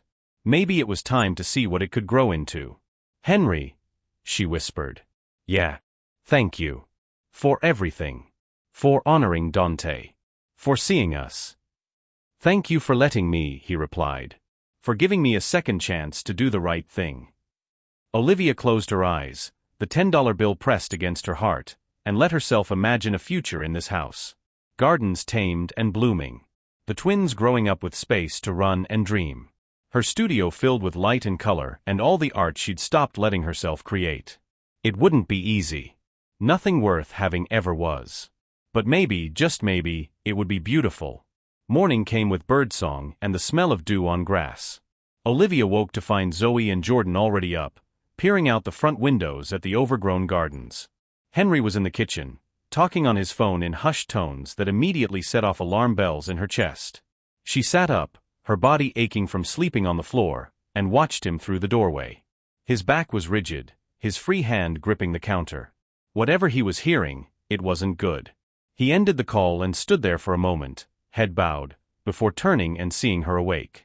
The expression on his face made her stomach drop. "What's wrong?"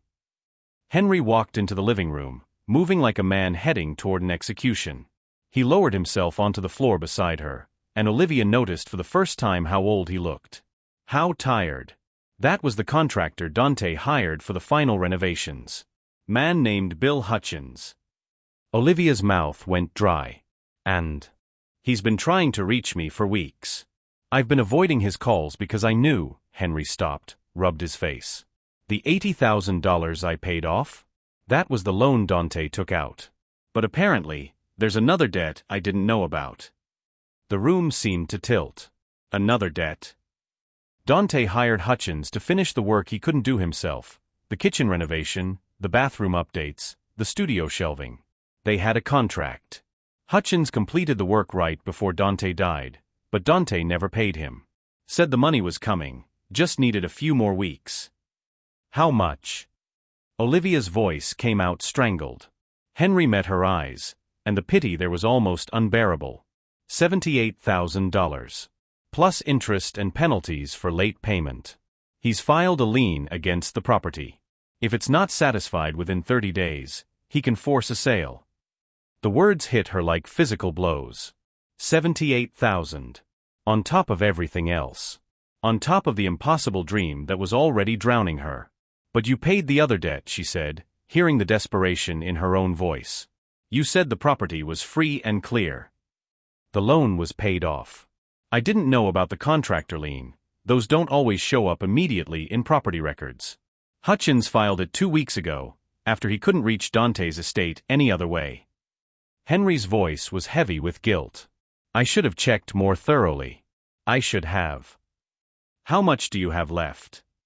The question came out flat. In your retirement fund. How much? Henry's silence was answer enough. You spent it all, Olivia said. The $80,000 was everything you had. Not everything. I have my pension, some savings. But not $78,000. No. The word hung in the air between them like a tombstone. Not $78,000. Olivia stood abruptly, suddenly unable to breathe inside the house. She pushed through the front door and onto the porch, gulping air that tasted like betrayal. Behind her, she heard Henry telling the twins to stay inside, heard his footsteps following her out. Olivia. Don't. She held up a hand, backing away from him. Just don't. We'll figure something out. We can talk to the contractor, negotiate a payment plan. With what money, Henry? With what? Her voice rose, sharp and brittle. I have $43 to my name. You've spent your entire retirement on a house that apparently has unlimited hidden debts. What exactly are we going to negotiate with? I still have assets. The house I'm living in, I could. Stop. The word came out as a scream. Stop sacrificing yourself for Dante's broken dream. This is insane. All of this is insane. She paced the porch, her hands shaking. He did this. Dante did this. He took out loans he couldn't repay. Hired contractors he couldn't afford. Built this beautiful, impossible thing, and then he died and left me holding the pieces of something I can't fix. He didn't mean to. I don't care what he meant. Tears streamed down her face now, hot and furious. I don't care about his intentions or his grand gesture or his stupid symbolic $10. He left me with nothing but debt and broken promises and a house I can't keep no matter how hard I try.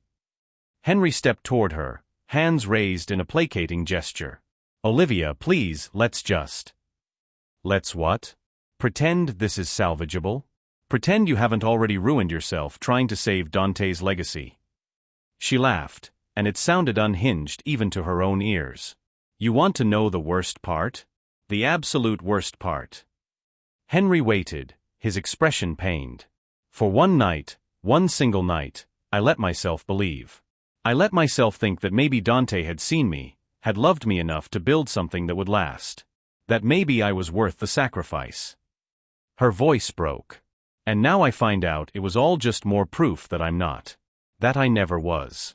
Because if I was worth it, he would have been honest.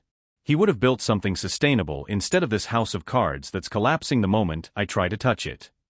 That's not true. Isn't it? She turned on him, eyes blazing. He kept secrets. He made promises he couldn't keep.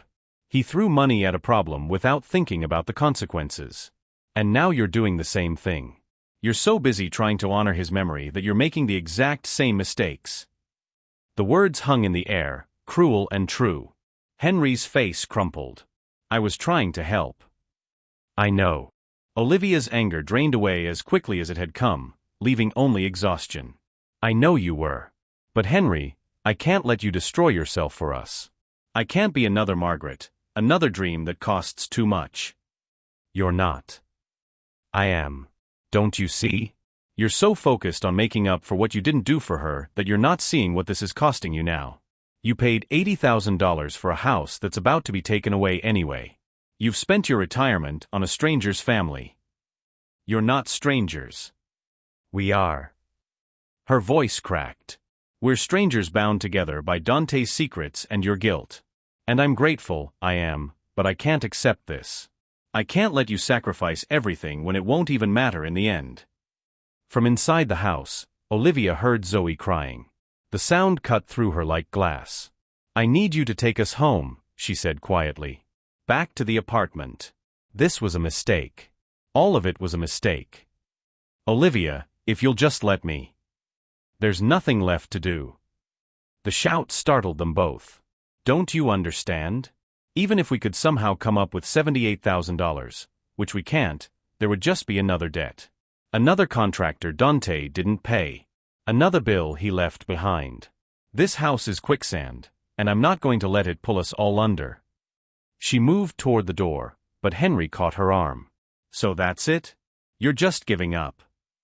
I'm being realistic. Something Dante never was. Something you're not being now.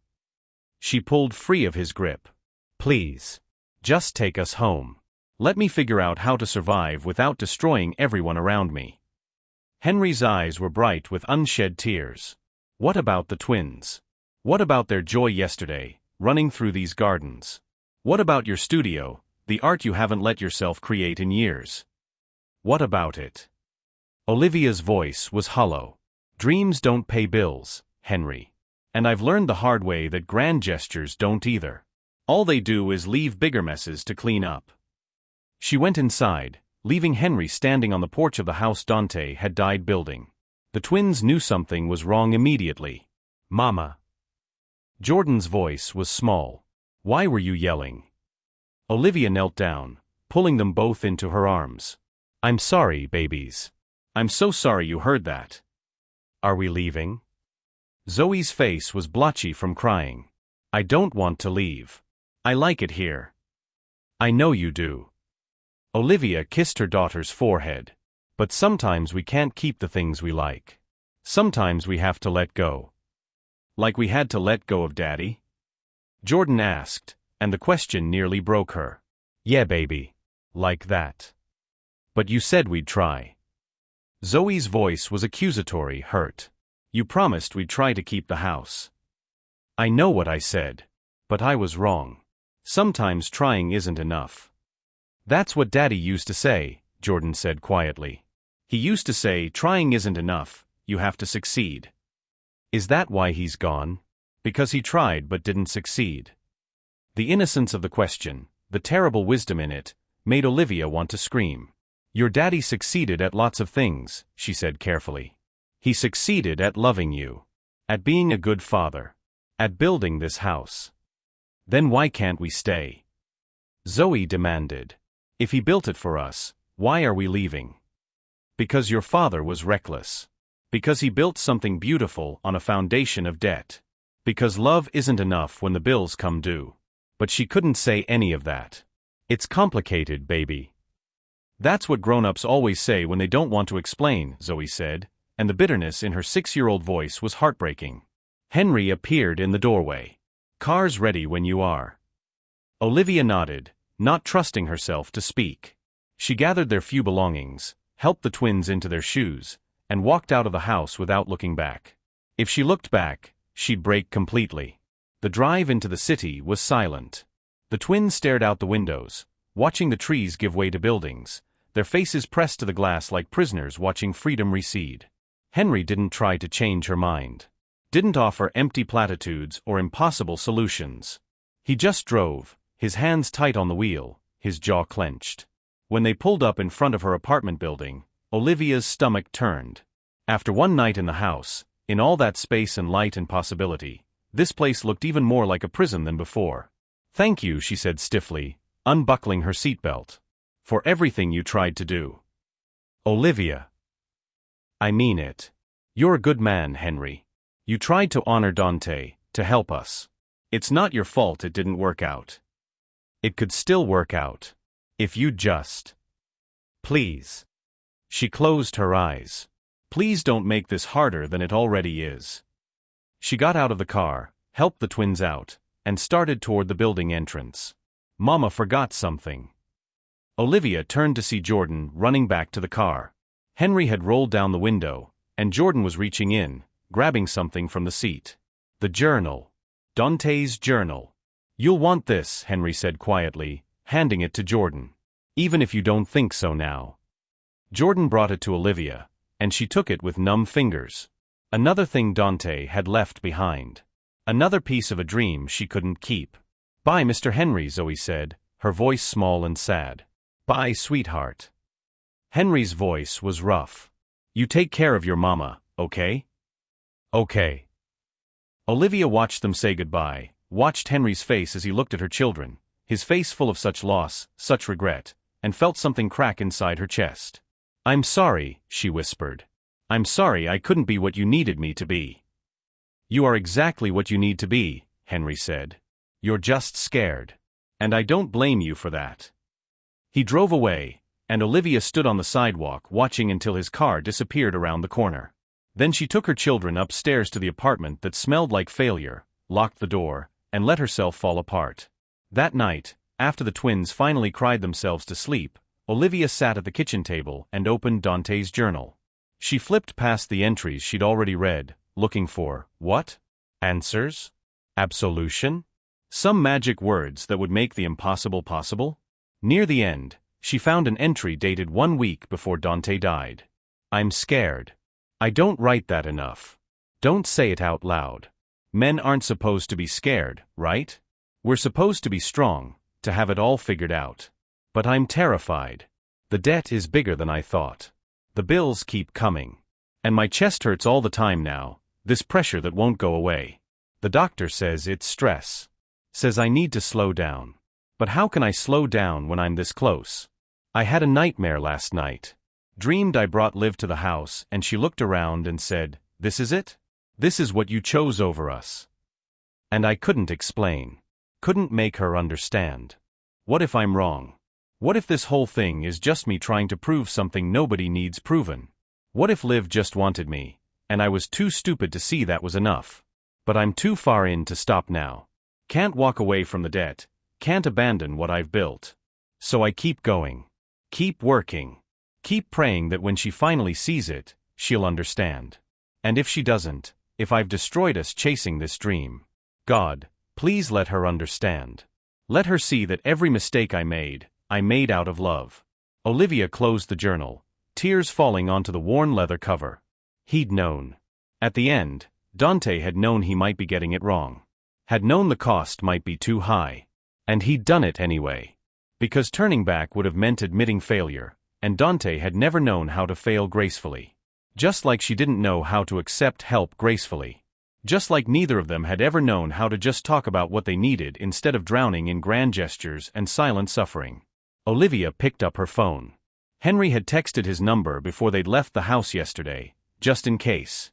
She stared at it for a long moment, her thumb hovering over the call button.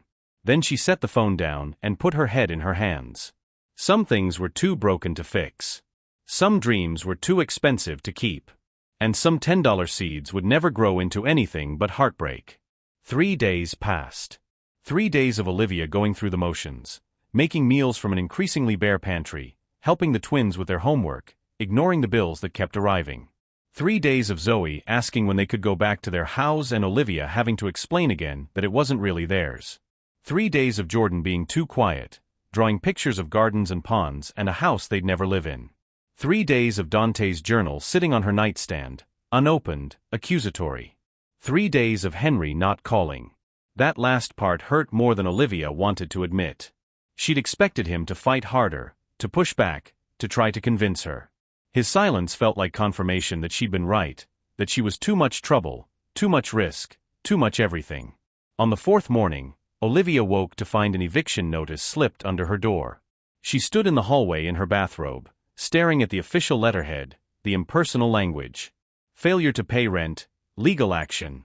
30 days to vacate. 30 days. The same timeline the contractor had given for the lien on the house. She started laughing, because what else could she do? The apartment she couldn't afford and the house she couldn't keep, both with their ticking clocks, both impossible in their own ways. Mama. Jordan stood in the doorway of his room, rubbing sleep from his eyes. Why are you laughing? Because sometimes laughing is the only thing that keeps you from screaming, she said, then immediately regretted it. I'm okay, baby. Go get dressed for school. But as Jordan shuffled back to his room, Olivia sank down against the wall, the eviction notice crumpled in her fist, and admitted the truth to herself. She wasn't okay. She hadn't been okay in a long time. And running from the house, from Henry's help, from the possibility that maybe, just maybe, she could have something beautiful, hadn't made her okay either. The knock came at noon. Olivia almost didn't answer it. She was in pajamas still, the twins at school, the apartment a mess of unwashed dishes and unfolded laundry. But the knocking persisted, polite but insistent, and finally she dragged herself to the door. It wasn't Henry. It was a woman, black, maybe mid-30s, dressed in a sharp business suit with natural hair pulled back in an elegant bun. She had kind eyes and a messenger bag slung over one shoulder. Mrs. Bennet? Olivia Bennet. Yes. Olivia's voice was hoarse from disuse. My name is Simone Parker. I'm a financial advisor. Henry Winters asked me to come see you. Of course he did. Even in silence, Henry was trying to fix things. I don't need a financial advisor, Olivia said, starting to close the door. I need a miracle, and those don't come with business cards. Please. Simone put her hand on the door, not pushing, just holding. Just give me 10 minutes. If you don't want my help after that, I'll leave and never bother you again. Something in her voice, the gentleness, the lack of pity, made Olivia pause. 10 minutes, she said finally, opening the door wider. Simone stepped inside, glanced around the apartment with the practiced eye of someone who'd seen worse, and settled at the kitchen table without judgment. Henry told me about the house, she said. About the debts, the contractor lien, everything. Then you know it's hopeless. I know it seems hopeless. There's a difference. Simone pulled a folder from her bag. I've spent the last 3 days reviewing your situation. Your husband's estate, the property, your current financial state. And I think there's a way forward. But it requires you to make some hard choices. Olivia sat down across from her, arms crossed defensively. What kind of choices? First, the contractor, Bill Hutchins. I contacted him. He's angry, yes, but he's also a small business owner who doesn't want to foreclose on a widow with 2 kids. Bad optics, and he knows it. He's willing to negotiate. Negotiate what? I don't have $78,000. No, but the house does. Simone opened the folder, pulling out papers. The property is valued at approximately $350,000. Even in its current state. With work, it could be worth $500,000 or more. I can't sell it, Olivia said automatically. Dante built it for. I'm not suggesting you sell it. I'm suggesting you leverage it. Take out a mortgage, a reasonable one, based on what you can actually afford to pay back. Use part of it to settle with Hutchins. I've negotiated him down to $60,000 if paid within 2 weeks. Use the rest for immediate repairs, to make the house livable and rentable. Rentable. Olivia's head was spinning. The house has 4 bedrooms. You and the twins need, what, 3? Rent out the 4th. There's also a basement that could be converted to a separate unit, and you've got 15 acres. You could lease some of that land to local farmers or for events.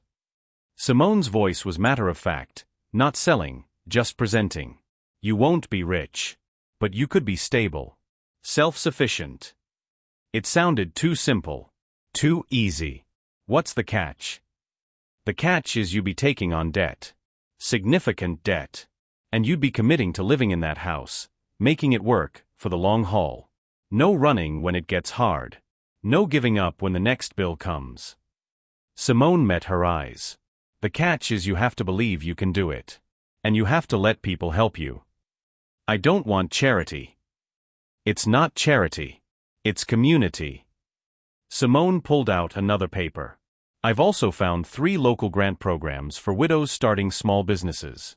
Your art, Henry mentioned you paint. Olivia's throat tightened. I used to. You could again. The studio Dante built. Use it. Teach classes. Sell your work. There's a market for that in the area around the property. And the grants would cover startup costs, materials, marketing. She laid out more papers, applications, budgets, timelines. It was all so organized, so thought through, so possible. Why are you doing this? Olivia asked. Why do you care? Simone was quiet for a moment. When I was 23, my husband died. Car accident sudden, left me with a baby and debt I didn't know how to handle. I almost lost everything, my house, my savings, my hope. Then a financial advisor took me on pro bono, helped me see that I had options I couldn't see through the grief. Helped me believe I could build something from the wreckage. She smiled, sad but genuine. That advisor was Henry Winters. He wouldn't take a penny, no matter how much I insisted. Said all he wanted was for me to pay it forward someday. So when he called and told me about you, about Dante, about the house, she shrugged. This is me, paying it forward. Olivia felt tears burning behind her eyes. I don't know if I can do this. If I'm strong enough. Nobody knows if they're strong enough until they have to be. But here's what I do know, you've survived 6 months of hell. You've kept your kids fed and safe. You've gotten up every morning, even when you wanted to stay in bed forever. That takes strength most people never have to find. Simone gathered the papers and slid them across the table. These are the applications. The mortgage pre-approval paperwork. A proposed settlement agreement with Hutchins. All you have to do is decide, are you going to let fear make this choice, or are you? She stood, slinging her bag over her shoulder. Henry's number is at the top. He's been waiting for you to call. Hasn't wanted to push, but he's been waiting. And for what it's worth? He believes you can do this. So do I. Simone headed for the door, then paused. Oh, and Olivia? That $10 bill Dante left you? Frame it. Put it somewhere you'll see it every day. Because it's not about the money, it never was. It's about what you choose to grow from it. Then she was gone, leaving Olivia alone with a stack of papers and a choice that terrified her more than giving up ever had. Olivia picked up the phone 7 times that afternoon. 7 times she dialed Henry's number. 7 times she hung up before it could ring. What would she even say? I'm sorry I blamed you for trying to help? Sorry I pushed you away? Sorry I'm so scared of believing I might deserve something good that I'd rather drown in the familiar than risk the unknown? The twins came home from school, and Jordan pulled a drawing from his backpack. It showed a house with 4 stick figures standing in front, too big, too small. He'd labeled them, Mama, me, Zoe, and Mr. Henry. My teacher said to draw our family, he explained. I know Mr. Henry isn't really family, but it felt wrong not to put him there. Olivia stared at the drawing, at the way Jordan had included Henry without hesitation, and felt something crack open in her chest. Baby, she said softly, what do you think about Mr. Henry? Jordan shrugged. He's nice. He helped us. And he made you smile that one day at the house. You don't smile much anymore, Mama. Do you want to live in the house? Even if it means things will be hard for a while. Jordan looked at her with those serious eyes, too serious for a 6-year-old. Hard like now? Or different hard? Different hard. Then yes. I want different hard. This hard is sad. Zoe, who'd been listening from the couch, piped up, I want the frogs. And my own room. And Mama to paint again like in the pictures. What pictures? Zoe ran to her room and came back with a photo album Olivia hadn't looked at in years. She opened it to a page showing Olivia at 1920, covered in paint, grinning at the camera, so alive and unafraid. Daddy showed me, Zoe said. He said you used to be happy like this. Before you forgot how. The words hit like an arrow to the heart. Dante had shown their daughter these photos. Had told her about the person Olivia used to be, before life had worn her down. Had tried, in his clumsy, overwhelming way, to give her back to herself. Olivia looked at the papers Simone had left. At the eviction notice still crumpled on the counter. At her children, waiting for her to choose. At Dante's journal, sitting on the table like an accusation and an invitation. She opened it to the last page, where Dante had written his final entry. If you're reading this, I'm gone. And you're probably angry. Scared. Maybe both. I don't blame you. But Liv, listen, you've spent your whole life believing you have to earn love. Earn space. Earn the right to take up room in the world. And I've watched you make yourself smaller and smaller, trying to fit into what you think you deserve. I built this house too big on purpose. Too grand. Too much. Because I need you to see that you don't have to earn it. You don't have to shrink to fit. You can just be. Take up space. Be gloriously, beautifully too much, and know that you're still not too much for me. For us. So here's my last request. Don't make yourself small to make this easier. Don't give up the house because you think you're not worth the fight. Don't walk away from this dream because accepting it feels too vulnerable. Be brave enough to believe you deserve something beautiful. Be brave enough to let people love you, messily, imperfectly, but wholly. Be brave enough to grow something from that $10 seed. I love you. I'm sorry I won't be there to see what you build. But I know, it will be magnificent. Oh my love. Dante. Olivia closed the journal, tears streaming down her face. Then she picked up the phone and called Henry. He answered on the first ring, like he'd been holding it, waiting. Olivia. I'm sorry, she said, the words tumbling out. I'm sorry I pushed you away. I'm sorry I blamed you for caring. I'm sorry I was too scared to believe I could do this. You don't have to apologize. Yes, I do. You tried to give me something precious, and I threw it back in your face. But Henry, her voice broke. I want to try. I want to keep the house. I want to figure this out. If you're still willing to help me, I'm ready to stop running. The silence on the other end lasted 3 heartbeats. Then, I'll be there in 20 minutes. Henry arrived in 15. He stood in her doorway holding a briefcase and wearing the same tired, hopeful expression he'd had that first day at the will reading. I met with Simone, Olivia said. She showed me a path forward. She's good at that. Why didn't you push? After I left, why didn't you call? Henry stepped inside, setting down his briefcase. Because you needed to choose this. Not be convinced into it. Not be rescued into it. Choose it. For yourself. I'm choosing it, Olivia said. I'm choosing to fight for that house. For my kids. For the life Dante tried to give us, even if he went about it all wrong. It won't be easy. Nothing worth having ever is. She smiled through her tears. Someone wise told me that once. Henry pulled her into a hug, paternal, warm, solid. Olivia let herself lean into it, let herself accept comfort without armor, and felt something in her chest finally relax. So, Henry said when they pulled apart, we have work to do. Applications to file, a contractor to negotiate with, a house to make livable. You ready? Olivia looked at her children, at the papers spread on the table, at the $10 bill she'd pinned to the fridge. I'm ready. Then let's go build something beautiful. 6 months later. Olivia stood in the driveway of the house, her house, and watched the morning sun paint everything gold. The gardens were no longer wild. Over the past months, She'd learned the names of the plants Dante had chosen, had pruned and weeded and coaxed them back to life. Roses bloomed by the porch, her favorites, just like he'd planned. The herb spiral by the kitchen door overflowed with basil and thyme and rosemary. The vegetable garden the twins had helped plant was producing tomatoes and peppers and enough zucchini to feed half the county. The house itself had transformed. Fresh paint, a warm cream color that glowed in the sunlight. The shutters hung straight now, painted a deep green that complemented the landscape. The porch had been repaired, reinforced, made safe for the rocking chairs Henry had surprised them with last month.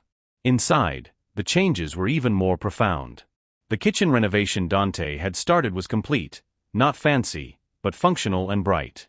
The bathroom upstairs worked perfectly. The fourth bedroom had been converted into a cozy rental unit with its own entrance, currently occupied by a young teacher named Patricia who paid reasonable rent and sometimes babysat the twins in exchange for art lessons. And the studio. Olivia's studio was everything Dante had dreamed it would be.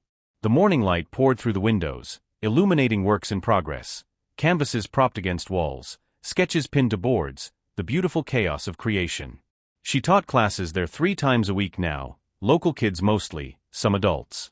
The grant money had covered supplies and advertising, and word of mouth had done the rest. She wasn't rich. The mortgage payment stretched her budget every month. But she was making it. They were making it. More than that, they were thriving. "Mama."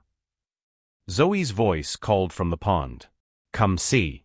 The frogs had babies. Olivia smiled and headed around the back of the house, where Henry was helping Jordan repair the treehouse Dante had started. They'd been working on it together for weeks now, Henry teaching Jordan how to measure and cut and build, passing on skills and stories in equal measure. "Looking good up there." Olivia called. Henry looked down, his face split in a grin. "Your boy's a natural." Got his daddy's hands. Jordan beamed with pride, and Olivia felt her heart swell. Henry had become Uncle Henry officially, not by blood, but by choice. He came over twice a week for dinner, spent weekends helping with repairs, taught the twins to fish in the pond. He'd sold his house in the city and bought a smaller place just 10 minutes down the road. Said he liked the quiet. Said he liked being close to family. And they were family now. The kind you choose. The kind that shows up. Olivia reached the pond where Zoe was crouched, pointing excitedly at the water. Sure enough, tiny tadpoles darted between the lily pads. "Life finds a way, doesn't it?" a voice said behind her. Olivia turned to see Bill Hutchins, the contractor, climbing out of his truck. They'd settled the lien 6 months ago, $60,000 instead of $78, paid from the mortgage. But Bill had kept coming around, checking on the house, offering advice, sometimes refusing payment for small repairs. "Life does indeed," Olivia agreed. "What brings you by?" Wanted to see how the deck project was coming along. He gestured to the back porch, where Lumber sat waiting. "And I brought something for you." He pulled an envelope from his pocket and handed it to her. Inside was a check, $15,000. Olivia's eyes widened. "Bill, what is this?" "Remember that big commercial job I bid on last month? The one I said was a long shot." His smile was sheepish. "Won it.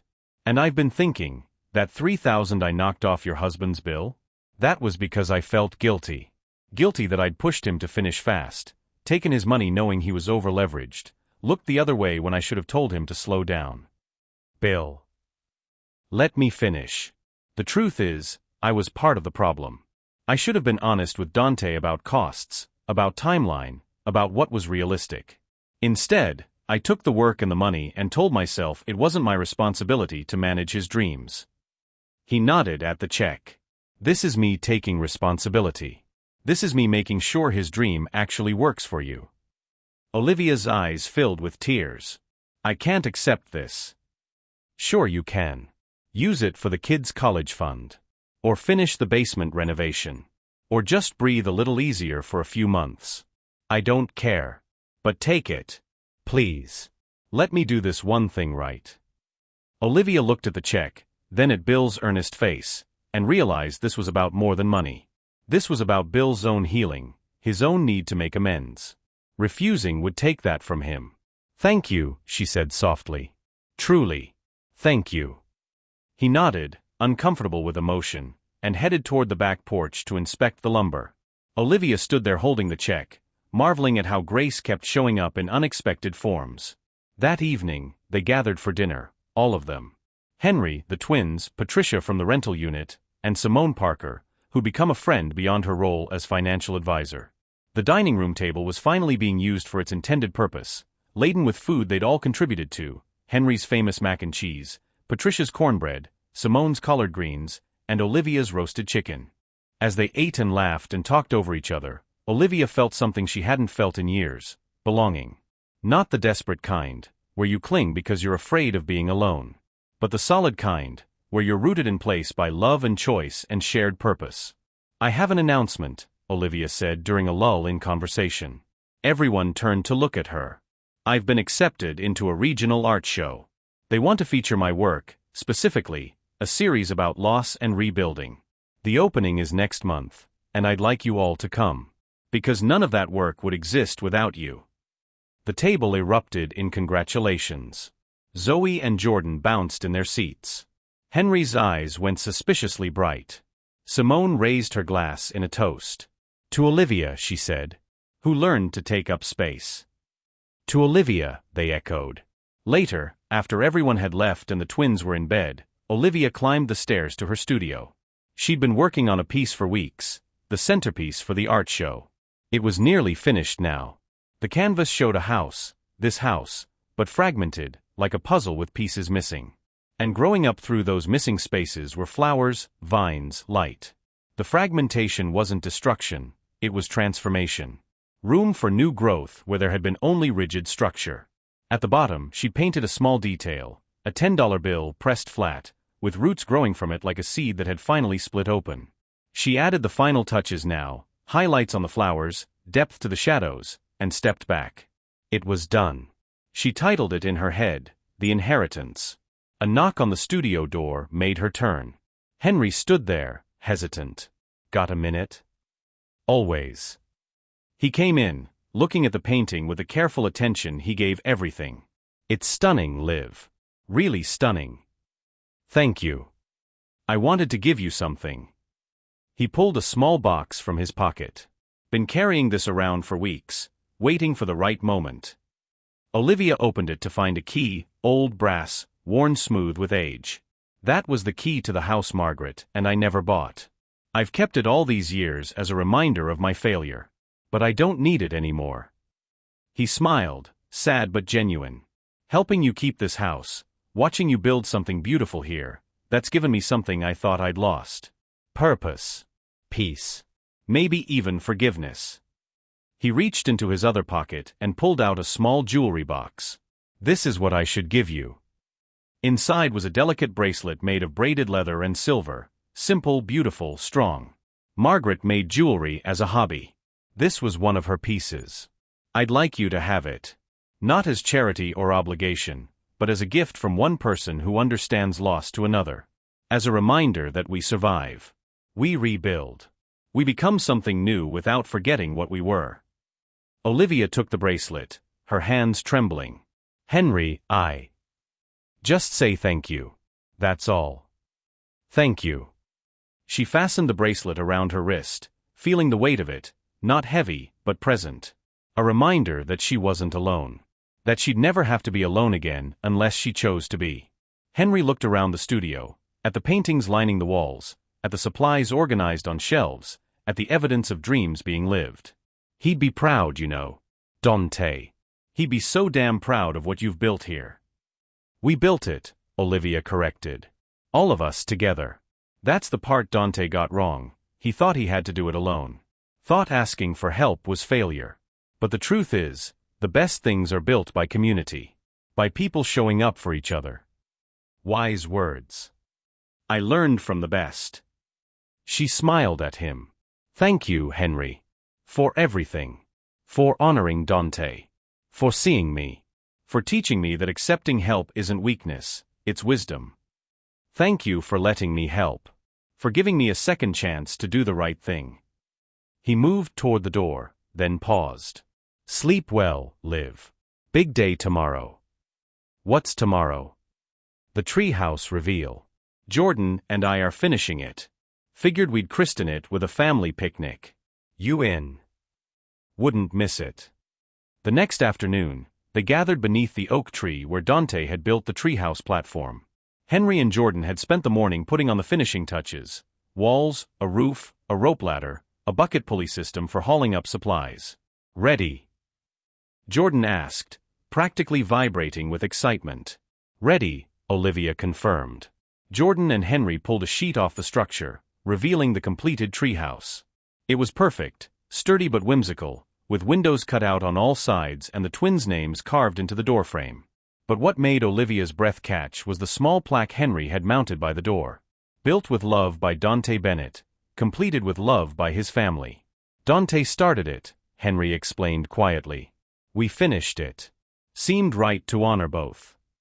Olivia traced the letters of Dante's name, feeling the carved wood under her fingers. It's perfect.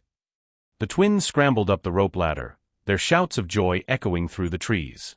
Patricia and Simone, who'd shown up with picnic supplies, spread blankets on the grass. Bill Hutchins pulled up with his wife and teenage daughter, bearing watermelon and stories. They ate and laughed and watched the twins play, and Olivia realized this was what Dante had been trying to give her all along. Not a house. Not a grand gesture. But this feeling, of being surrounded by people who chose to show up, who made space for her and her children, who saw their worth without needing it proven. The house had just been the catalyst. The excuse to gather. The seed that grew into community. As the sun began to set, painting the sky in shades of orange and pink, Olivia called the twins down from the treehouse. She had one more thing to show them. She led everyone to the front porch, where she'd hung something that morning. A simple frame holding the $10 bill Dante had left her, along with the note he'd written. Every empire starts with a single seed of faith. I planted ours in you. This, Olivia told her children, is where we started. Not with much. Not with certainty. Just with faith that love could be enough if we were brave enough to believe it. Is it enough? Zoe asked. Love. Olivia looked around at the people gathered on her porch, this chosen family built from tragedy and grace. She looked at the house Dante had built and she had saved. She looked at her children, thriving in the space and light he dreamed for them. No, she said honestly. Love isn't enough by itself. But love plus courage? Love plus community? Love plus the willingness to keep showing up even when it's hard. She smiled. That's enough. That's more than enough. That's everything. Henry raised his glass of sweet tea. A toast. To Dante, who planted the seed. To Olivia, who had the courage to let it grow. And to all of us, proof that the best inheritances aren't measured in money, but in the lives we build together. To building together, they echoed. As glasses clinked and conversation swirled around her, Olivia felt Dante's presence, not as a ghost or a haunting, but as a foundation. He was in the walls of this house, yes. But more than that, he was in the courage she'd found to accept help. In the belief she'd learned to have in her own worthiness. In the understanding that love didn't have to be perfect to be real. What inheritance are you building for the people you love, and are you brave enough to let them help you complete it? Olivia wondered, knowing that the greatest legacy wasn't what you built alone, but what you built together, imperfectly and beautifully, one $10 seed of faith at a time. Later, when everyone had gone home and the twins were asleep, Olivia sat on the porch in one of Henry's rocking chairs. The night was full of cricket song and the smell of jasmine from the garden. The house behind her glowed with warm light. She pulled out her phone and opened her notes app, typing out words that had been forming for months. Dear Dante, I'm angry at you still. For the secrets. For working yourself to death. For thinking the grand gesture mattered more than just being present. But I'm also grateful. Because your beautiful, impossible dream forced me to find strength I didn't know I had. Forced me to accept help I'd always been too proud to ask for. Forced me to believe, finally, that I was worth fighting for. The house is finished now. Not the way you planned it, it's better. Because it was built by community, not just by love. Because it's sustainable, not just grand. Because it's ours in a way it never could have been if you'd just given it to me complete. The twins are thriving. Jordan built a tree house with Henry. Zoe names all the frogs and knows every flower in the garden. They remember you, not as perfect, but as theirs. as the daddy who loved them enough to dream impossible dreams. I'm painting again. Teaching. Creating. Becoming the person you always said you saw, even when I couldn't see her myself. I found your $10 seed of faith. And look what grew. Thank you for believing I could do this. Thank you for being brave enough to love me badly, because it taught me how to love myself better. I miss you. I'm furious with you. I'm grateful for you. All of it is true. Rest well, love. We've got it from here. Live. She didn't send the message anywhere. Didn't need to. The words were just for her, a final letting go and holding on all at once. Olivia stood, pocketed her phone, and went inside. The house wrapped around her like an embrace, warm, solid, real. Every creak of the floorboards felt like a welcome home. Every shadow held possibility instead of fear. She climbed the stairs to check on the twins one last time before bed. They were tangled together in Zoe's bed, the way they always ended up when they'd had a big day. Jordan's arm thrown over his sister protectively. Zoe's face peaceful, a slight smile on her lips even in sleep. Olivia kissed both their foreheads, breathing in the sweet smell of them, childhood and safety and tomorrows yet to come. In her own room, she paused by the window. The moon hung full over the property, illuminating the gardens, the pond, the treehouse, the wild spaces they hadn't tamed yet and might never tame. It was beautiful in its imperfection. Beautiful in its becoming. Just like her. Olivia touched the bracelet on her wrist, Margaret's gift, Henry's blessing. Then she touched the place over her heart where Dante's final letter lived, memorized and integrated into her bones. We did it, she whispered to the night, to the house, to all the people who'd helped make this possible. We actually did it. And for the first time since Dante had died, Olivia went to bed not just surviving, but truly, deeply, impossibly alive. The art show had been a success. 3 pieces sold, and a gallery in Atlanta wanted to represent her work. The twins had started 2nd grade at the local school, where they were thriving. Patricia had moved out to buy her own place nearby, and a young couple with a baby now rented the 4th bedroom, filling the house with new life. Henry had started teaching woodworking classes in the barn they'd converted, passing on skills to a new generation. Bill Hutchins had become a regular at Sunday dinners, bringing his family and his awful dad jokes that made the twins groan and giggle. And Olivia had learned to take up space without apology. To ask for help without shame. To believe that she'd been worth every sacrifice, every risk, every impossible dream. The house still needed work. The basement renovation was ongoing. The gardens always demanded attention. The mortgage payment still stretched their budget. But it was theirs. Built not just by Dante's hands, but by all the hands that had reached out to help when she'd finally been brave enough to reach back.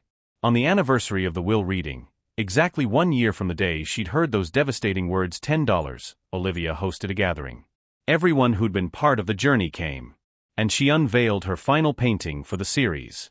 It showed hands, black hands, white hands, old hands, young hands, all holding up a house together.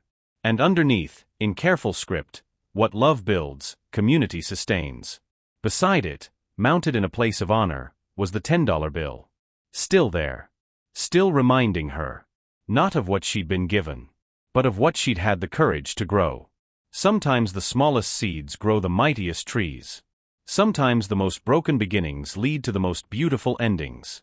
And sometimes, the inheritance we need isn't money or houses or grand gestures. It's simply the belief that we're worth showing up for, worth fighting for, worth building something beautiful around. This is Olivia's story. But it's also yours. What $10 seed of faith are you carrying? And when will you be brave enough to plant it? Wow, what an incredible story. Thank you so much for watching till the very end. Your time and support truly mean everything to me. If you enjoyed this story, don't forget to give it a thumbs up, and if you haven't already, hit that subscribe button and turn on the notification bell so you never miss the next one. We've got so many more powerful stories coming your way. See you in the next video.